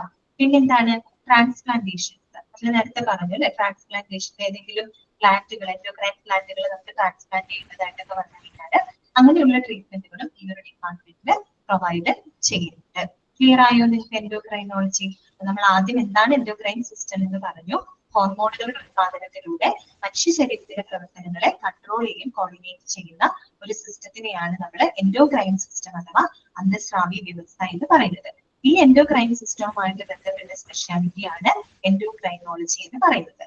ഇനി എൻഡോക്രൈൻ സിസ്റ്റത്തിന്റെ ഭാഗമായിട്ടുള്ള ഗ്രന്ഥികൾ, ഗ്ലാൻഡുകളെ നമ്മൾ എൻഡോക്രൈൻ ഗ്ലാൻഡുകൾ എന്നാണ് പറയുന്നത് കേട്ടോ. എൻഡോക്രൈൻ ഗ്ലാൻഡ്സ് ഏതൊക്കെയാണ് നമ്മൾ പറഞ്ഞത്? പാൻക്രിയാസ്, അതുപോലെ pituitary, thyroid, parathyroid, pineal gland, hypothalamus, adrenal gland, അതുപോലെ ഓവറീസ്, ടെസ്റ്റിസ് ഒക്കെ എൻഡോക്രൈൻ ഗ്ലാൻഡ്സുകളാണ് അല്ലെ. ശരിക്കും പറഞ്ഞ് ഇങ്ങനെ പറയാൻ നമുക്ക് ഹോർമോണുകളെ കുറിച്ചുള്ള പഠനം എന്ന് പറഞ്ഞാലും തെറ്റില്ല. കാര്യം ഈ പറയുന്ന ഗ്ലാൻഡുകളുടെ ഹോർമോണുകൾ ഉത്പാദിപ്പിച്ചുകൊണ്ടാണ് എന്താണ് പ്രവർത്തനങ്ങൾ നടക്കുന്നത് അല്ലെ. അപ്പൊ ഹോർമോണുകളുടെ കുറിച്ചുള്ള പഠനം, അതുമായിട്ട് ബന്ധപ്പെട്ട ഗ്ലാൻഡുകളെ കുറിച്ചുള്ള പഠനത്തിന് നമുക്ക് എൻഡോക്രൈനോളജി എന്ന് പറയാം. പിന്നെ ഈ ഒരു എൻഡോക്രൈനോളജി ഡിപ്പാർട്ട്മെന്റ് മറ്റ് പല ഡിപ്പാർട്ട്മെന്റുകളുമായിട്ടും കണക്റ്റഡ് ആണ്. ആ ഒരു രീതിയിൽ വളരെ മൾട്ടി ഡിസിപ്ലിനറി ആയിട്ടുള്ള ഒരു വേയിലൂടെയാണ് അവര് രോഗികൾക്ക് സർവീസുകൾ കൊടുക്കുന്നത്. എന്തൊക്കെ പ്രശ്നങ്ങളാണ് അവർ ചികിത്സിക്കപ്പെടുന്നത്? Diabetes, nutrition problems, osteoporosis, thyroid disorders, transgender intersex medicine, transplantation, ഇങ്ങനെയുള്ള കാര്യങ്ങളൊക്കെ എൻഡോക്രൈനോളജി ഡിപ്പാർട്ട്മെന്റിലാണ് ഹാൻഡിൽ ചെയ്യുന്നത്. ഓക്കെ ആണോ? മനസ്സിലായോ? ക്ലിയർ ആണല്ലോ?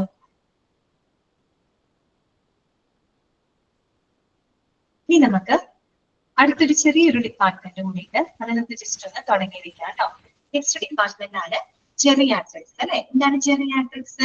നമ്മൾക്ക് അറിയാം, നമ്മൾ ക്ലാസിഫിക്കേഷനിൽ പറഞ്ഞു അല്ലെ. എന്താണ് ജെറിയാട്രിക്സ്? അതായത് വാർദ്ധക്യ സഹജമായിട്ടുള്ള പ്രശ്നങ്ങളൊക്കെ കൈകാര്യം ചെയ്യുന്ന ഒരു ഡിപ്പാർട്ട്മെന്റ് ആണ് ജെറിയാട്രിക്സ് എന്ന് പറയുന്നത് അല്ലെ. ഓൾഡ് ഏജ്ഡ് ആയിട്ടുള്ള ആളുകളുടെ പ്രശ്നങ്ങളുമായിട്ട് ബന്ധപ്പെട്ട വിഭാഗമാണ്. അപ്പൊ നമുക്ക് ജസ്റ്റ് ഒന്ന് വായിക്കാം. This department is usually equipped with doctors specialized in geriatric medicine, since the elderly suffer from a wide range of illnesses and need the treatment for. അറിയാലോ, പ്രായമാകുമ്പോൾ ഒരുപാട് തരത്തിലുള്ള അസുഖങ്ങൾ അവർക്ക് വരും. അപ്പൊ അങ്ങനെയുള്ള പ്രശ്നങ്ങളെയൊക്കെ വാർദ്ധക്യ സഹജമായിട്ടുള്ള പ്രശ്നങ്ങളെയൊക്കെ പ്രശ്നങ്ങളൊക്കെ കൈകാര്യം ചെയ്യുന്ന ഒരു വിഭാഗമാണ് ജെറിയാട്രിക്സ്. എന്തൊക്കെ പ്രശ്നങ്ങളാണെന്ന് നോക്കിയേ, കുറച്ച് പ്രശ്നങ്ങൾ അവിടെ കൊടുത്തിട്ടുണ്ട്. ജസ്റ്റ് ഒന്ന് വായിക്കാൻ നമുക്ക്. ഫസ്റ്റ് വൺ സ്ട്രോക്ക് അല്ലെ. സ്ട്രോക്ക് നിങ്ങൾ കേട്ടിട്ടുണ്ടാവും അല്ലെ. നമ്മുടെ എന്താ പറയാ തലച്ചോറിലേക്കുള്ള ആ ഒരു ബ്ലഡ് സർക്കുലേഷൻ കുറയുന്നത് മൂലം നമ്മുടെ ഹാർട്ടിലേക്കുള്ള ബ്ലഡ് സർക്കുലേഷൻ കുറയുമ്പോൾ ഹാർട്ട് അറ്റാക്ക് സംഭവിക്കില്ലേ എന്നതുപോലെ നമ്മുടെ ബ്രെയിനിന്റെ അല്ലെ നമ്മുടെ തലച്ചോറിലേക്കുള്ള ആ ഒരു രക്തപ്രവാഹത്തിന് എന്തെങ്കിലും തടസ്സങ്ങൾ വരുന്ന സംഭവിക്കുന്ന അവസ്ഥയാണ് സ്ട്രോക്ക് എന്ന് പറയുന്നത് അല്ലെ. ഈ സ്ട്രോക്ക് വന്നാൽ എന്ത് സംഭവിക്കും? ചിലപ്പോ നമ്മൾ കറക്റ്റ് ടൈമിൽ ട്രീറ്റ്മെന്റ് കൊടുത്തില്ല എന്നുണ്ടെങ്കിൽ ആള് ചിലപ്പോൾ പാരലൈസ് ചെയ്തു പോകും അല്ലെ, തളർന്നു പോകും. ചില വശങ്ങൾ തന്നെ അങ്ങനെ തന്നെ തളർന്നു പോകുന്ന അവസ്ഥ വരും അല്ലെ. സ്ട്രോക്ക് ഇത് പ്രായമായിട്ട് ഇവിടെ പറയുന്ന പല അസുഖങ്ങളും നിങ്ങൾ കേൾക്കുമ്പോൾ വിചാരിക്കും ഇപ്പൊ ചെറുപ്പക്കാർക്കും വരുന്ന അസുഖങ്ങളാണല്ലോ എന്ന് ചിന്തിക്കും. പക്ഷെ ഇന്നത്തെ കാലത്ത് അങ്ങനെയാണ്. പണ്ട് എന്താ പ്രായമുള്ള ആളുകൾക്ക് വന്ന അസുഖങ്ങളായിരുന്നു. പക്ഷെ ഇന്നിപ്പോ അങ്ങനെയൊന്നും ഇല്ല അല്ലെ. ഏത് ചെറുപ്പക്കാർക്ക് വരെ ഹാർട്ട് അറ്റാക്കും സ്ട്രോക്കും ഒക്കെ വരുന്ന ഒരു കാലഘട്ടമില്ലല്ലേ അല്ലെ. അപ്പൊ എന്തായാലും ഇത് പഠിച്ചു വെക്കാം. സ്ട്രോക്ക് പിന്നെ എന്താണ് ഗാസ്ട്രോ എന്ററോളജി അല്ലെ. ഗാസ്ട്രോ എന്ററോളജി നമ്മൾ പഠിക്കുന്നുണ്ട് കേട്ടോ. ഗാസ്ട്രോ എന്ററോളജി എന്ന് പറയുമ്പോൾ എന്താണ് ആമാശയ സംബന്ധമായിട്ട് ഉദര സംബന്ധമായിട്ടൊക്കെ വരുന്ന പ്രശ്നങ്ങൾ. പ്രത്യേകിച്ച് പ്രായം കൂടുന്നവരും നമ്മുടെ ഡൈജഷൻ ഒക്കെ കുറഞ്ഞു വരും. ദഹന സംബന്ധമായിട്ടുള്ള പ്രശ്നങ്ങളൊക്കെ ധാരാളം വരാൻ തുടങ്ങും. അപ്പൊ അതൊക്കെ ഇതിനകത്ത് വരുന്നുണ്ട് കേട്ടോ. ഡയബറ്റിസ്, പ്രമേഹം. അപ്പൊ നിങ്ങൾ ചിന്തിക്കും ഡയബറ്റിസ് ഒക്കെ ചെറുപ്പക്കാർക്കും ഉണ്ടല്ലോ എന്ന് ചിന്തിക്കും. ഉണ്ട്, എങ്കിലും പ്രായമുള്ള ആളുകളുടെ വെച്ചിട്ടാണ് പറയുന്നത് ഡയബറ്റിസ്. പിന്നെ വരുന്നത് ലോക്കോമോട്ടേഴ്സ് പ്രോബ്ലംസ് ആണ് കേട്ടോ. ലോക്കോമോട്ടേഴ്സ് പ്രോബ്ലംസ് എന്ന് പറഞ്ഞാല് നമ്മുടെ ചലനശേഷി മൂവ്മെന്റുമായിട്ട് ബന്ധപ്പെട്ട പ്രോബ്ലംസ് ആണ്. ചലനശേഷി അവരുടെ കായിക ശേഷിയുമായിട്ട് ബന്ധപ്പെട്ട് വരുന്ന പ്രോബ്ലംസ് ആണ്. അപ്പൊ വയസ്സായ ആളുകള് പണ്ട് ചെറുപ്പകാലത്ത് മതിൽ ചാടി മരം കയറി മോടി ചാടി നടന്ന പോലെ വയസ്സാകാലത്ത് നടക്കാനായിട്ട് പറ്റില്ല അല്ലെ. കാരണം അതിന് ശരീരം അനുവദിക്കില്ല ആ ഒരു അവസ്ഥയില്. കാരണം അവിടെ ആ ഒരു ലോക്കോമോട്ടീവ് ആയിട്ട് നമ്മൾ എന്താണ് വീക്ക് ആയി തുടങ്ങി അല്ലെ. നമ്മുടെ മൂവ്മെന്റ്സ് ഒക്കെ അവിടെ വീക്ക് ആയി തുടങ്ങും. അതുപോലെ നിങ്ങൾ കണ്ടിട്ടുണ്ടാവും പ്രായമായിട്ടുള്ള ആളുകൾ ഗ്ലാസോ പ്ലേറ്റ് ഒക്കെ എടുത്ത് ചിലപ്പോൾ അവരുടെ കയ്യിൽ നിന്ന് പെട്ടെന്ന് താഴെ വീഴും. എന്നുവെച്ചാൽ അവർക്ക് ആ ഒരു ഗ്രിപ്പ് ഇല്ലാത്തൊരവസ്ഥ. അവിടെയൊക്കെ ലോക്കോമോട്ടീവ് പ്രോബ്ലംസ് ആണ് അതൊക്കെ അല്ലെ.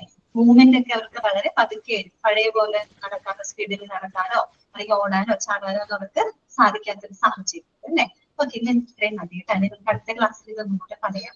അപ്പൊ ഞാൻ അൺമ്യൂട്ട് ചെയ്യാണ്. ഇന്നത്തെ ക്ലാസ്സിൽ എന്തെങ്കിലും ഡൗട്ട് ഉണ്ടെങ്കിൽ ചോദിക്കാം കേട്ടോ. അൺമ്യൂട്ട് ചെയ്തിട്ടുണ്ട് കേട്ടോ.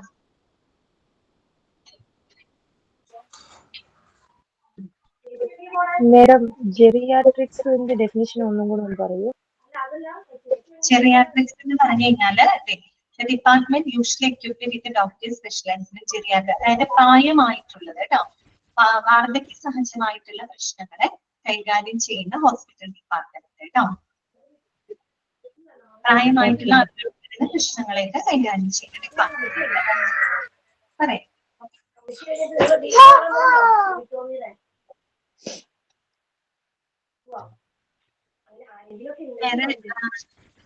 ക്ലിയർ ആയെന്ന് വിചാരിക്കുന്നു കേട്ടോ ഇന്നത്തെ ക്ലാസ്.